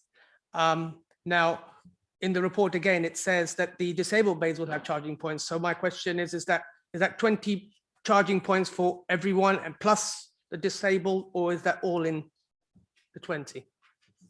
If you want, I can refer to the pages, but then you have to give me a moment to go back to that then. But it is in the report. Sure, I'm just trying to find the reference to 20. Well, okay, how many charging points, if I just phrase, how many electric charging points do we have on this development? So it's a London plan policy that all disabled parking spaces going forward will all need their own individual electric charging point, and that's essentially to, as we transition to lower carbon future, that all disabled parking spaces, the availability of that becomes more available. There will be more than 7 provided. So what's happened with the 3 car parking spaces, disabled spaces that were proposed? So we deemed them they were already providing in excess of their 3% requirement. And the issue we had with these particular ones is that to access these, you would need to walk in front of the loading bay. Now, when someone is parked in that loading bay, that would cause a bit of a safety issue because the disabled person wouldn't be able to see beyond the vehicle in that location. So we thought it was best that these were removed, and that we secured obligations, a financial obligation towards this, so we can, as a council, can find more suitable locations going forward as this site develops further. Because I mean, we are seeing a lot of development coming across on these sites, and therefore each application is bringing forward new disabled parking spaces. So we're trying to ensure that as that development goes forward, council can make a decision of where those would be more appropriate, that wouldn't have a conflict with the loading bay. Okay, right. Are these questions, or are these further questions, or are these? Right. Okay. And Councillor Rice. Sorry. Come back on your point first, then I'll bring in Councillor Summers. Thank you. So thank you for your answer as in terms of the refuse collection, Joel. Just to clarify on the point that I know it seems logical that if there are fewer bins that it'd be a quicker job in order to collect, but the point that was being made to me is actually the collection for those bins is actually much harder for the workers on the ground. So it's just I mean, just if that's something that might be interesting to take into consideration. Thank you. Certainly, it's a takeaway, and obviously we work to guidance which is produced by the Waste and Street Services section, and it may be something that we need to review in the future, but it's certainly a takeaway. Thank you. Councillor Summers. Yeah, I don't know if the officer could bring up the image again of the bus stops, but when we were at the site visit on Saturday, with the bus stop that's shown on the map, which is right outside this development, the applicant we were asking them where the building would come out to, and they were saying, that it would come out a lot further than the existing building. And then you've got, so is it the one on the left that is the bus stop? The one on the left is the one closest to the application site. Yeah. So I think the new building will come out further than that existing building, because that bit of pavement is actually private land, is actually their land. And then there's really not much space for, the bus stop and the pavement. And as somebody said, in the future, when all these flats are occupied, potentially there's going to be quite a lot of people waiting at that bus stop. And in my ward, there's a particular bus stop where there's so many people waiting that you often have residents or people have to walk into the road to get past everybody waiting at the bus stop. So I just wondered, are there any sort of planning guidelines on how much space a bus stop has to have, and pavement space around, etc.? Because I'm just a bit concerned. We need to get this right now, otherwise, in future, people are going to say, well, why do they do that? Well, because we messed it up in the first place. I'm not sure exactly how to respond to that. It will, so it is coming forward, but it's coming forward at an angle. So there is sufficient space for pedestrians to pass. Now, I take your point that bus stops can get full, but there still appears to be sufficient room between the building and the bus stop itself for people to pass. Yeah, I would agree with that. I mean, clearly there are, there's guidance in relation to how much space should be provided around these things. And if there had been an issue, that would have been reported back to us. But, in reality, I think what we're seeing on screen and what we saw on site is that we saw the widths of the pavements. We also did see where there are some blocks which have a slight sort of area to the space, in front of their buildings, but it was fairly minimal. We've obviously looked at the building lines and how these buildings relate to the footway. We can see how the bus stops are located. I think it's reasonable for the bus stop that needs to be amended to bring closer to the edge of the footway, and it will probably provide the same type of space around it. I think the thing also to bear in mind is that we saw obviously one side of Bonner Lane clearly has footways and people can use them, but the other side, which we saw on site doesn't have that, and you need to look at the two sides of the road. And obviously we've mentioned in responses tonight that there are a series of bus stops along the Bollow Lane as well. So you've got to consider that, plus also the frequency of buses. So I would say that there is enough space. If it had been an issue, I think it would be flagged up, not only by Transport for London, but also by the GLA, as well as our own transport officers in their feedback to the application. Thank you. Okay, I don't see any more indications for questions, and I'd like to move on to debate if anyone would like to contribute to the debate. Councillor Ball. Yeah, on page 9, the design review panel says that plots A and B, plots A and B are overdeveloped. The building heights of the main A and B block and whether it requires a gateway function require further justification. And it does seem, I mean, I know I asked on the site visit what was a specific reason why they came up with 19 stories, and there didn't seem to be any particular reason why that was the figure that was arrived at. So, I mean, clearly it's making a good contribution to affordable housing, but I think we should at the very least be firm that you know, we wouldn't be open to the developer coming back to try to add extra stories on, which is something that happens very frequently on these schemes. I think, as I say, to me 19 stories seems rather high for that building, and certainly we don't want to go any more than that.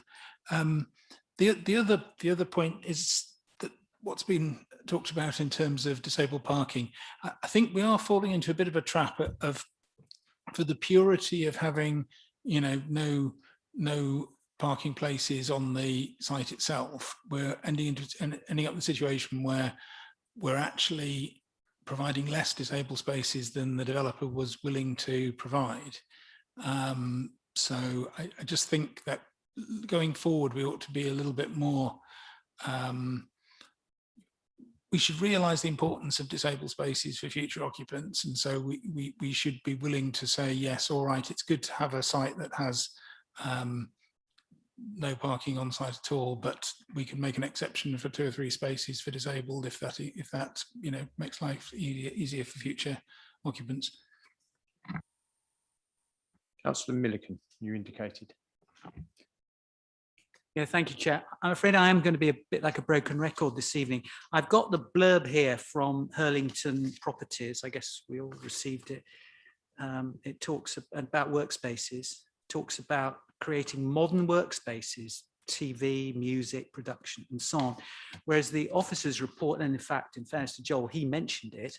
He talks about food production and drink production. He mentioned the words, and it's in the report. So those businesses, I have to say, I cannot see how they could function from this site. As we saw, and I specifically asked, the building comes right up to their property line. There will be nowhere for a van to be parked overnight and so on, and simply say, oh, it can be taken away. They can't be taken away. If you don't own that van, you can't necessarily take it away. It belongs to the business. And I speak from personal experience of a business literally round the corner that has a van, in fact, 2 vans that need to park overnight. So that is a genuine issue. And I can assure you, Councillor Ball and I haven't consulted on this, but I was going to make the same point from the design review panel about the talk about blocks A and B are overdeveloped, whereas actually at the other end, they're happy with it. And I have to say, I know we can't change plans, and you know, that's not how this thing works. But if I'd be much happier if A and B were somewhat lower. And certainly where the figure of 19 stories came from, I don't know. We did have a discussion about that on site. I'm somewhat happier about this site than the last one that we discussed. Clearly at the northern end, which does face what's effectively South Acton State Acton Gardens, those are much taller buildings and we're much closer to it. So I can see the sense of blocks J and K being much higher. So I'm sort of thinking I'll support it. but I'm not, obviously I'm not totally happy about this, I'm afraid. Okay. I got your broken record. You may not need to put it into the next debate, to be quite honest, because I think you may be tempted to say the same things. Councillor Mood and then Councillor Conti. Right, okay. I completely understand that the concern about the building and parking and the bus stop relocation or replacement. But when I can see overall, as officer replied me, we are improving and increasing the employment and industrial and modern workplaces. And so I would be minded to support this application. Councillor Conti. Yes, I'm slightly torn on this application, just because I think I'm much more in favour of the building that's been proposed closer to the Acton Garden site. I'm not really sure why these couldn't have been done as two separate applications, and because they're not necessarily linked. There's obviously other buildings in between, but I am concerned about the extent of the height of the building in plots A and B, and just on parking and sort of in terms of access for the businesses and also for residents. I think clearly, obviously, trying to make a site low car or no car, has its benefits. But and in terms of thinking forward about what's happening probably over the next 10 to 15 years, and these buildings are going to have a life a lot longer than that. We're moving towards electrification of cars and vans, and potentially hydrogen for larger vehicles. And if we're thinking long term, and the environmental benefits of moving in that direction with vehicles, having some parking space for commercial property in particular, I just think seems really important. And I think it's very short-sighted looking at actually having sites that don't have any at all. So I have to say I'm a bit torn. I still haven't quite decided how I'm going to vote yet. Okay, better make up in the next few minutes. Does anyone else want? Councillor Summers? Yeah, I'll be very brief. As we saw on the site visit, and as you can see from the pictures in the report, the current buildings have got no architectural merit whatsoever, so there'll be no loss. And the new buildings, will be aesthetically better. I'm a little bit concerned about the idea of living above industrial. We asked at the site visit, whether there be any restrictions on, welding, metal bashing, sort of bakeries, sort of cooking in the middle of the night, and apparently there won't be, any restrictions on that. So seems a bit odd, if you're a resident nearby, in one of those flats, it's potentially a problem, but I understand there's conditions, and that's more of a building regulations kind of matter rather than a planning issue. So I'm happy with the affordable housing element, and I am minded to vote for it.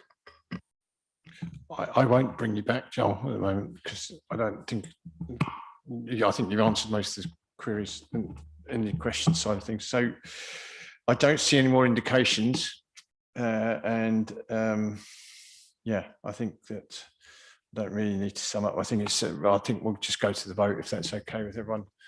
Okay, those in favour of this development?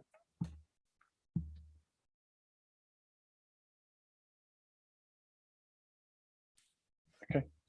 Those against? Councillor Conti, you made your mind up? One, yeah.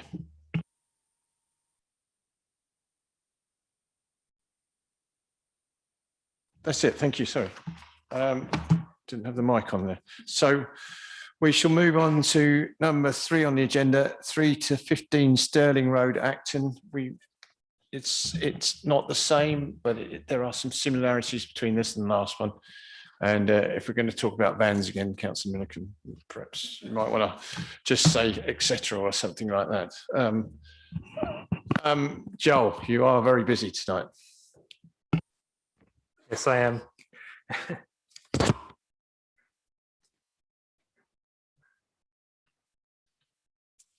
So item 3 on the agenda is 3 to 15 Stirling Road. It is for the redevelopment of this site and to comprise a new building, a new building comprising a 2-story podium with 2 wings, with the wing facing Bollow Lane rising to 10 stories and the wing facing Stirling Road rising to 14 stories.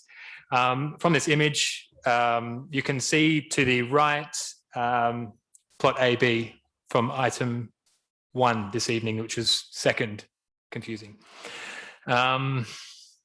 So the development is proposing to co-locate industrial uses with residential uses above. It's a common theme this evening. The proposal represents a commercial-led scheme that would increase the floor space in comparison to the existing building from 1,102 square metres to 1,954 square metres, an uplift of 842 square metres or 57%. The floor space proposed is designed to be as flexible as possible, which will allow for a wide variety of occupants within the Class EG, B2 and B8 use classes, which is consistent with policy E7 and the overall objectives of locally significant industrial sites. The development also follows on from this indicative master plan, which was referred to earlier for this urban block that has been developed as part of previous applications on nearby sites.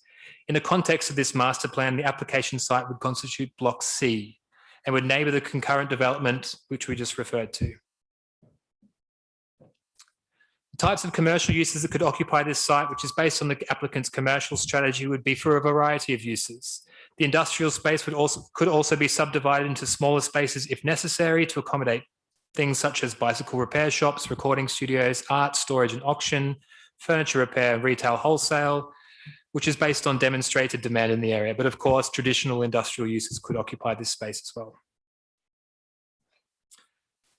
The proposal would also provide a residential accommodation above, which would all be dual aspect housing and comply with relevant internal space standards and private amenity space standards.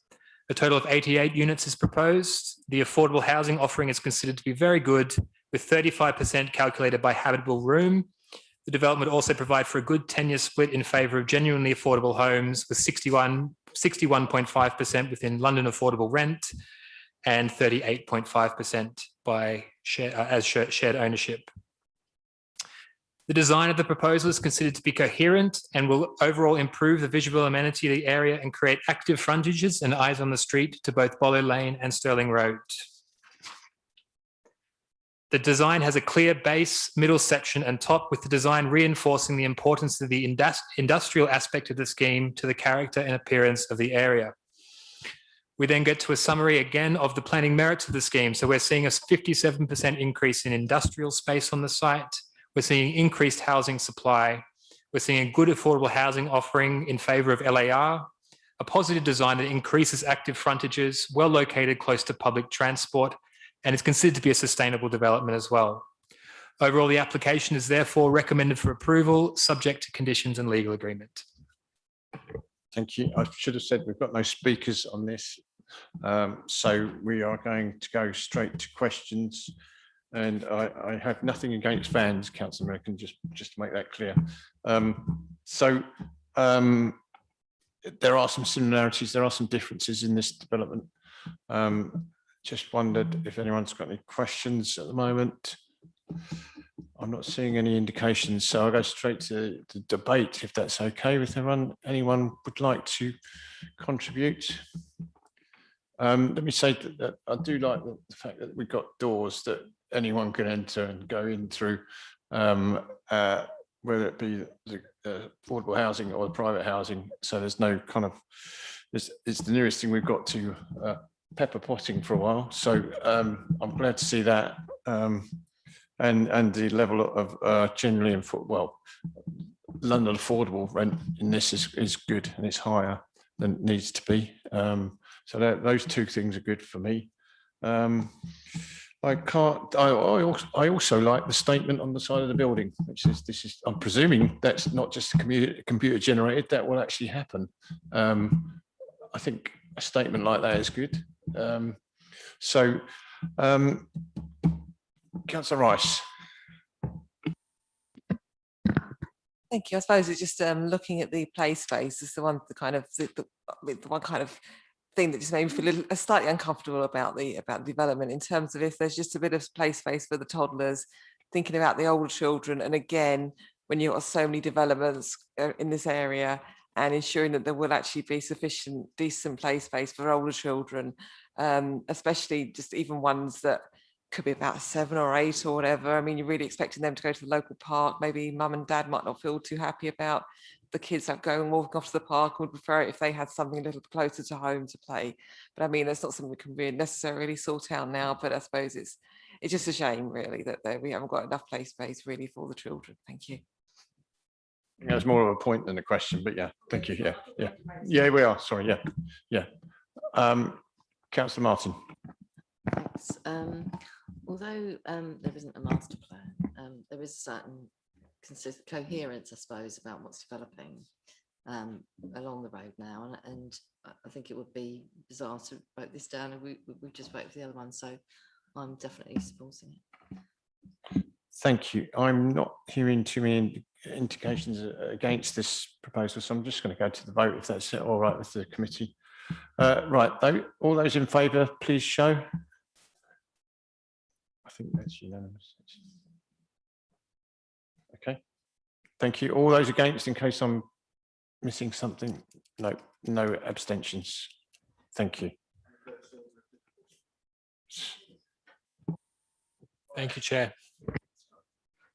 Yes, we can have a 5-minute comfort break if people would like that. Joel, you probably need it.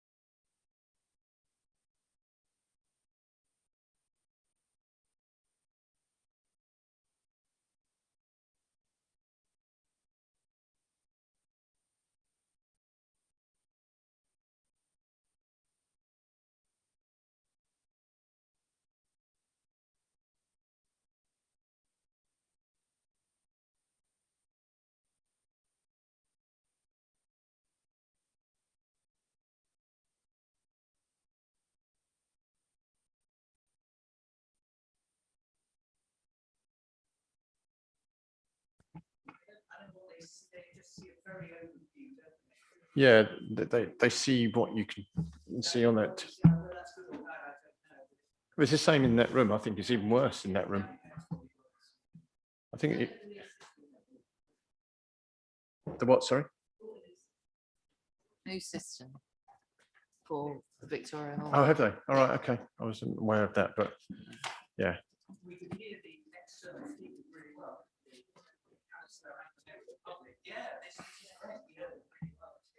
Yeah, and so far, you know, the IT has worked like it did last time very well. Thank you. Before we clap ourselves on the back too much, should we go to the last item on the agenda, which is land and buildings to the rear of the Red Lion Public House at 94 High Street, Southall. So we've got an equally long title. We have done this before. This is the third time we've come back to this uplift in this site. So I'm going to let Rohan come in with his introduction, and then we'll see we go from there. Thank you, Chair, and good evening, councillors. My name is Rowan Graham. I'm here to introduce and take any questions regarding the Section 73 minor material amendment application to the site known as land to the rear of the Red Lion Public House. As you may recall, this site has previously been presented to Council's Planning Committee in July as well as September, and subsequently deferred from consideration on both occasions. As such, this presentation will provide an overview of the proposal and then focus upon the reasons for deferral. I'm sure many of you are familiar with the subject site. The subject site, as you can see outlined within the red image above, is located to the northeast of Southall Railway Station and is located directly adjacent to Southall Park. The site is irregularly shaped and is primarily utilised as hard stand car parking area. A single-storey shop occupies the northwestern corner of the site with a frontage onto Southall High Street. The original planning permission sought approval for the redevelopment of the site into 149 residential dwellings across 3 buildings. 1 commercial tenancy was approved on the ground floor fronting the High Street. It was reported to the Planning Committee in February 2020, and following referral to the GLA and the agreement to a Section 106, the decision notice was issued in March 2021. The imagery shown on the slides above illustrates the approved scheme. It is noted that no works have commenced on site. The applicant began the pre-application process with council staff in early 2021 in order to refine the design of the scheme. This led to the preparation and lodgement of this Section 73 minor material amendment application. Specifically, the proposal sought approval for a minor material amendment relating to design refinements to the massing and facade, reduction in the size of the commercial unit by 37 square meters, amendments to the mix of residential units to reduce the number of studios and 2-bedroom units and increase the number of 1-bedroom and 3-bedroom units, a reduction in the height of Block B by 1 habitable floor, an increase in the height of Block C by 2 habitable floors, relocation of the building entrances for Blocks B and C, as well as the relocation of the cycle storage from outside within the communal open space internally to internal within the building. Whilst this report has undertaken assessment of the whole proposal, specific consideration has been given to the existing planning permission, and there has been a focus upon the matters proposed to be amended, being those listed here. So the applicants began the process with a desire to enhance the overall scheme for this site within a prominent location on the edge of Southall Park.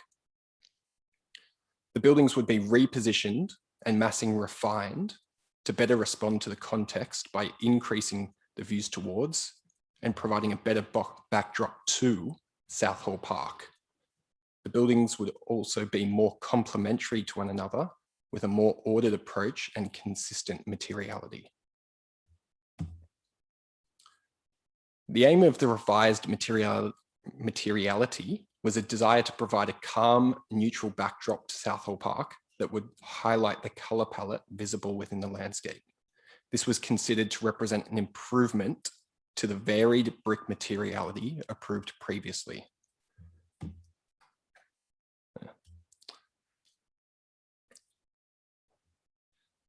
The proposal seeks development of a similar scale whilst refining the overall massing of the two taller buildings.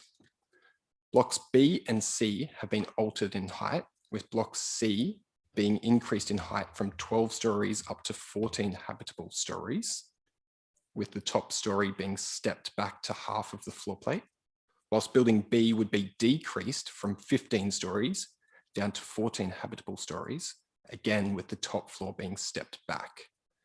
It is noted that the maximum height of this site would be lower than previously approved.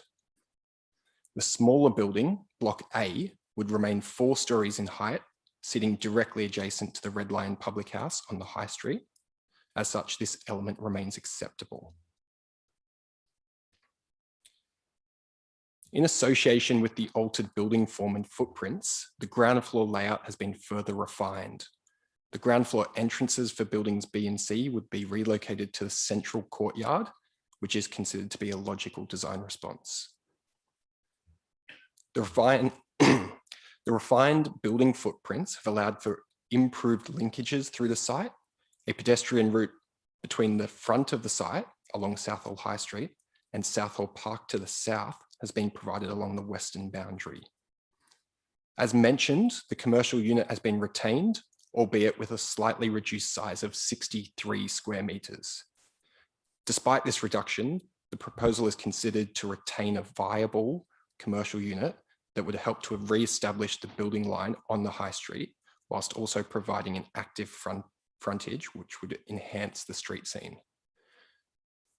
The communal open space available within development has been increased from the previous scheme, and the proposal also benefits from the site's proximity to Southall Park.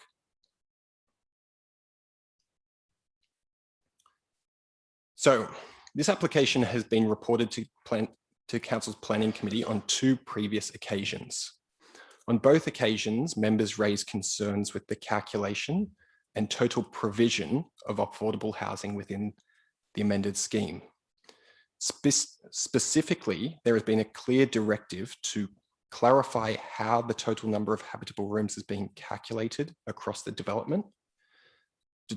There was a determination that the habitable rooms may not be a good measurement, and there was a direction to calculate the affordable housing having regard to the total floor space and bedroom numbers. And there was also a desire to seek a disproportionate uplift in private housing, avoid a disproportionate uplift in housing. So, as discussed at length during the September Planning Committee, the consented scheme split the kitchen and living rooms within the affordable housing units, effectively creating a higher proportion of habitable rooms within the affordable housing. This approach has been retained within the new proposal and is illustrated on the slides above. Having regard to the habitable room split previously consented and now proposed under this scheme, as shown on your screen, there was a clear directive from the councillors that the habitable room figures may not be the best measure of the affordable housing contribution in this circumstance. Furthermore, there was a desire to ensure that the uplift in private housing floor space was not disproportionate to the affordable floor space. I would note that the proposed affordable housing offering should not be considered in isolation. Rather, it has been assessed having regard to the previously approved scheme.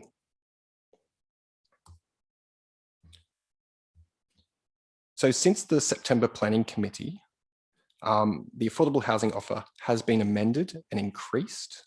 One additional family-sized 3-bedroom dwelling has been provided as affordable rent in place of a 1-bedroom unit.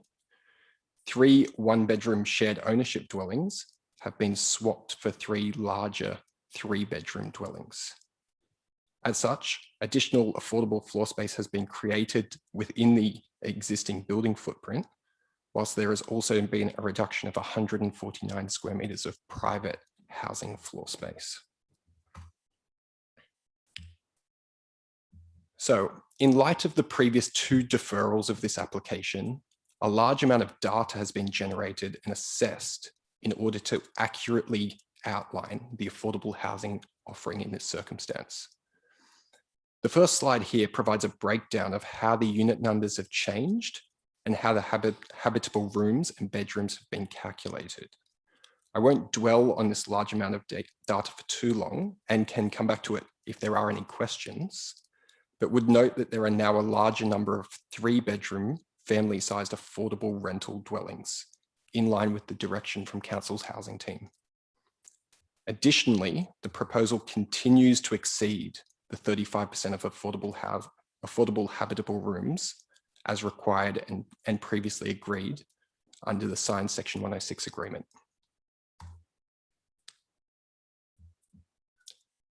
So the proposed offering has also been assessed having regard to the total floor space to be provided. The figures up on your screen demonstrate that the proposed affordable housing floor space offering is an improvement upon the consented scheme. The proportion of the overall floor space dedicated to affordable housing increases up to 28.9% of total floor space. Subsequently, the proportion of floor space dedicated to private housing decreases by an equivalent amount.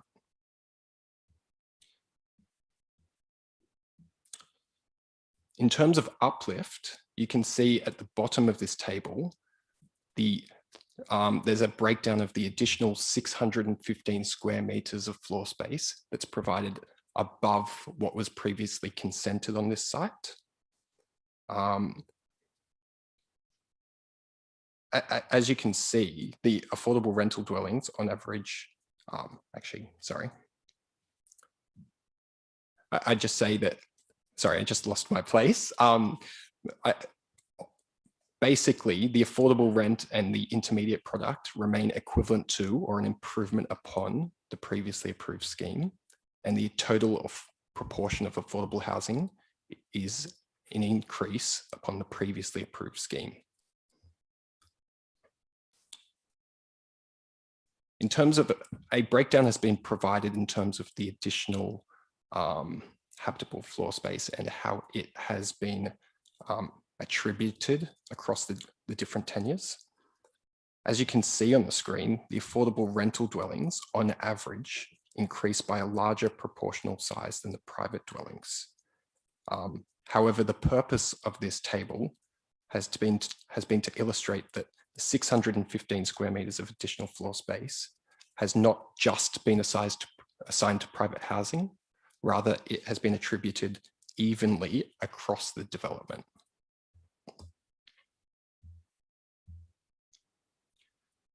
A question was raised at the September Planning Committee seeking to clarify the bedroom numbers within the affordable housing component when compared with the previously consented scheme.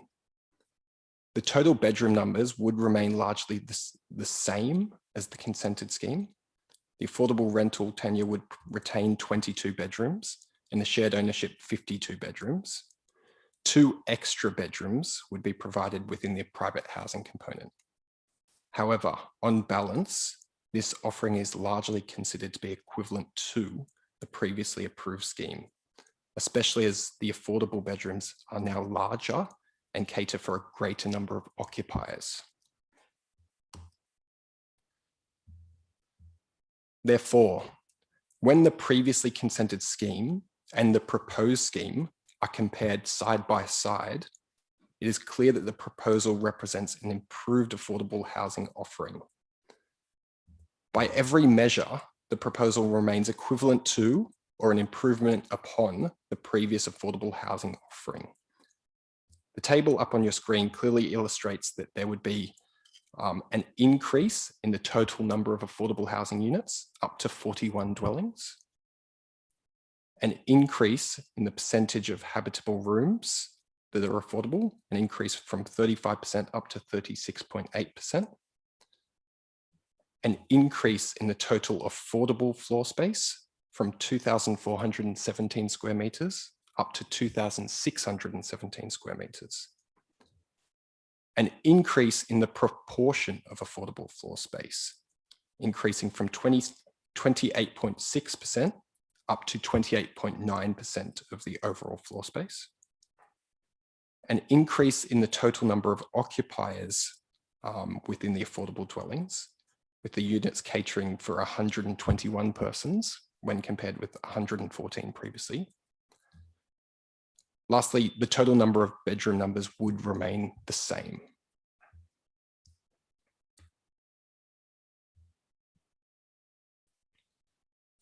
Therefore, in summary, by every measure, the proposal remains equivalent to or an improvement upon the previous affordable housing offering.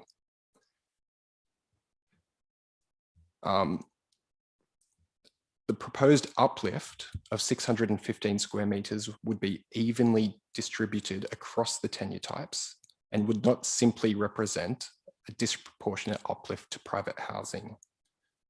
The habitable room calculation is in line with the previously consented scheme. 36.8% of the overall habitable rooms would now be affordable, with the deed of variation forming an increase upon the existing Section 106 agreement.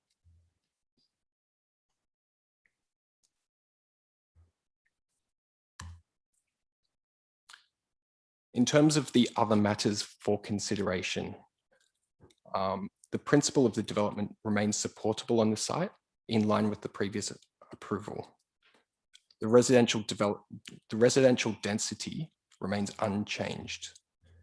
The impact upon the listed Red Lion public house remains acceptable. The amenity impacts have been fully reassessed and are largely equivalent to those previously deemed acceptable.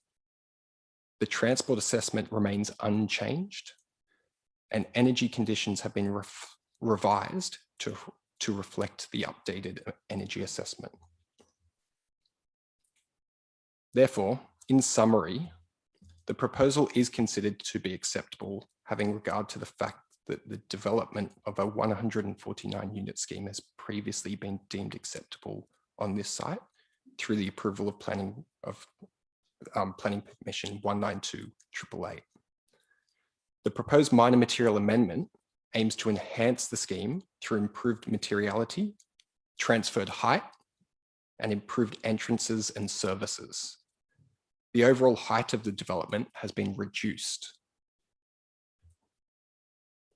The principal, density, transport, and impact upon the Red Lion public house, as well as waste, remain unchanged and acceptable.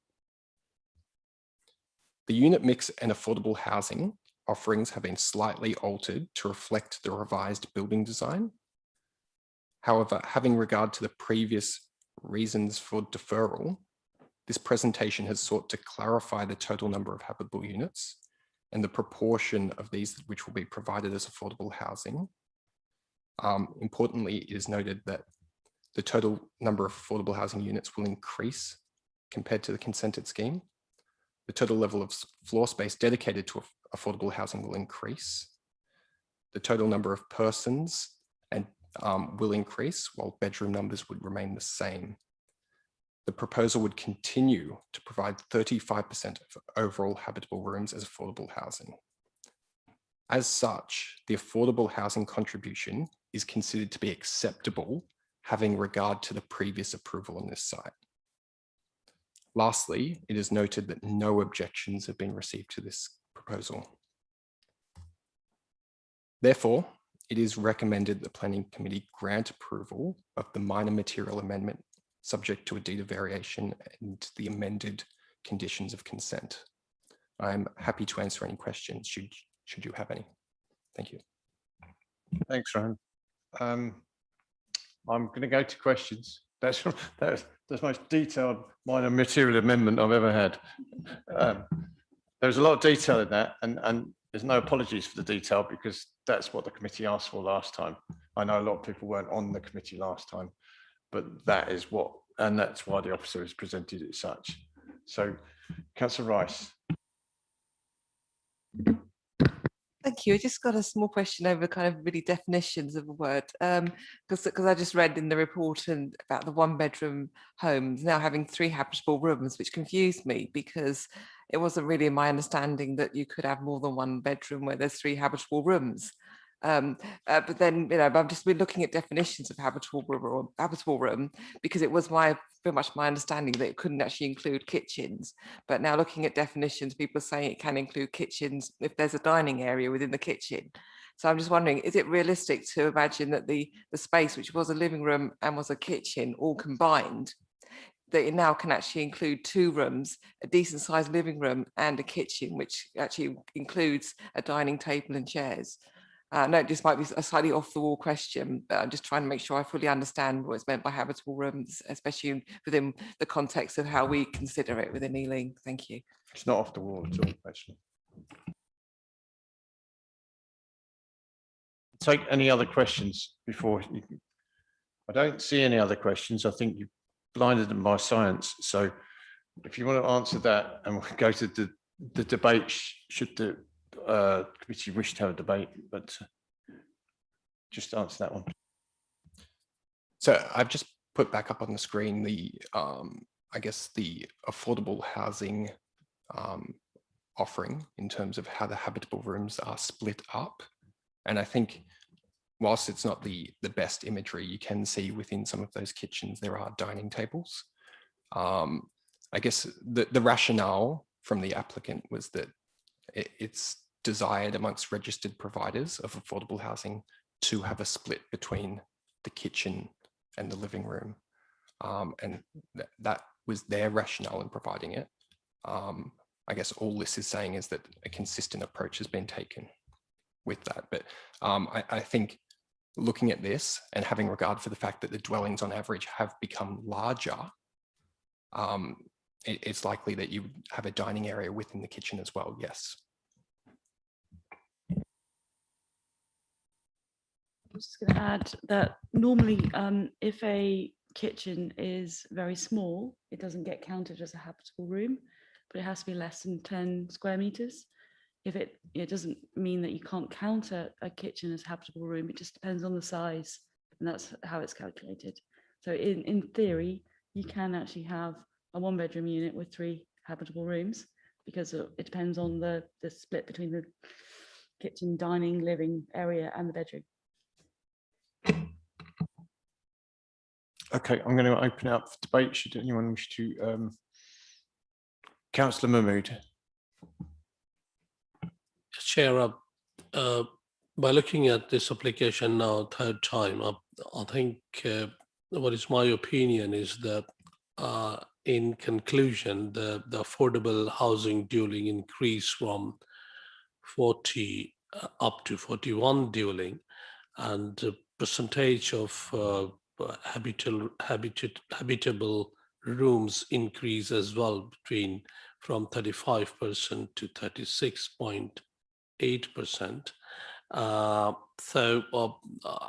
And overall, the total number of person increases as well in this application. Once we approve the previous planning application is 114% up to 121%. So by looking these 3 or 4 improvement in this application, I would be happy to support that application. So the ball. Yeah, very briefly. Often when these minor material amendments come in, we're very sceptical of them. But I think in this case, the office has gone through in great detail and shown us that it is actually an improvement. And notably, there's a reduction in height of the largest block, which is something that people are concerned around the borough.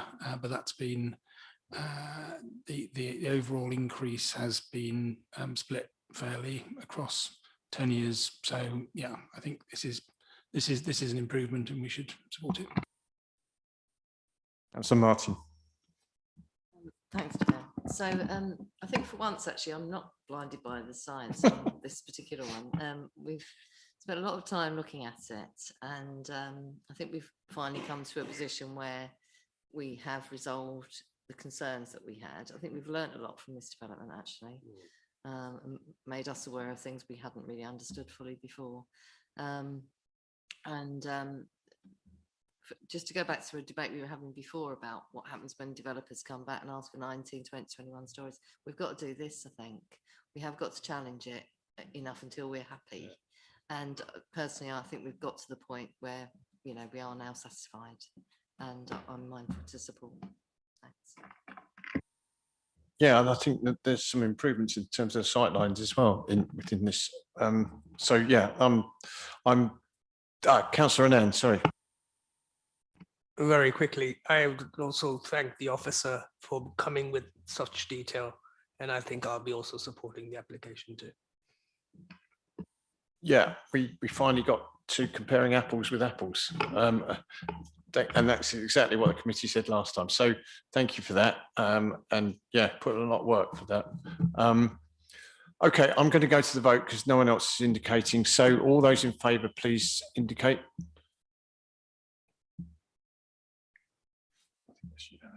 And all those against? No abstentions? That's approved. Right, thank you. Date of next meeting is, I don't know, roughly a month's time. 15th of December, so you can bring your mince pies. Thank you very much and enjoy the rest of your evening. Thank you.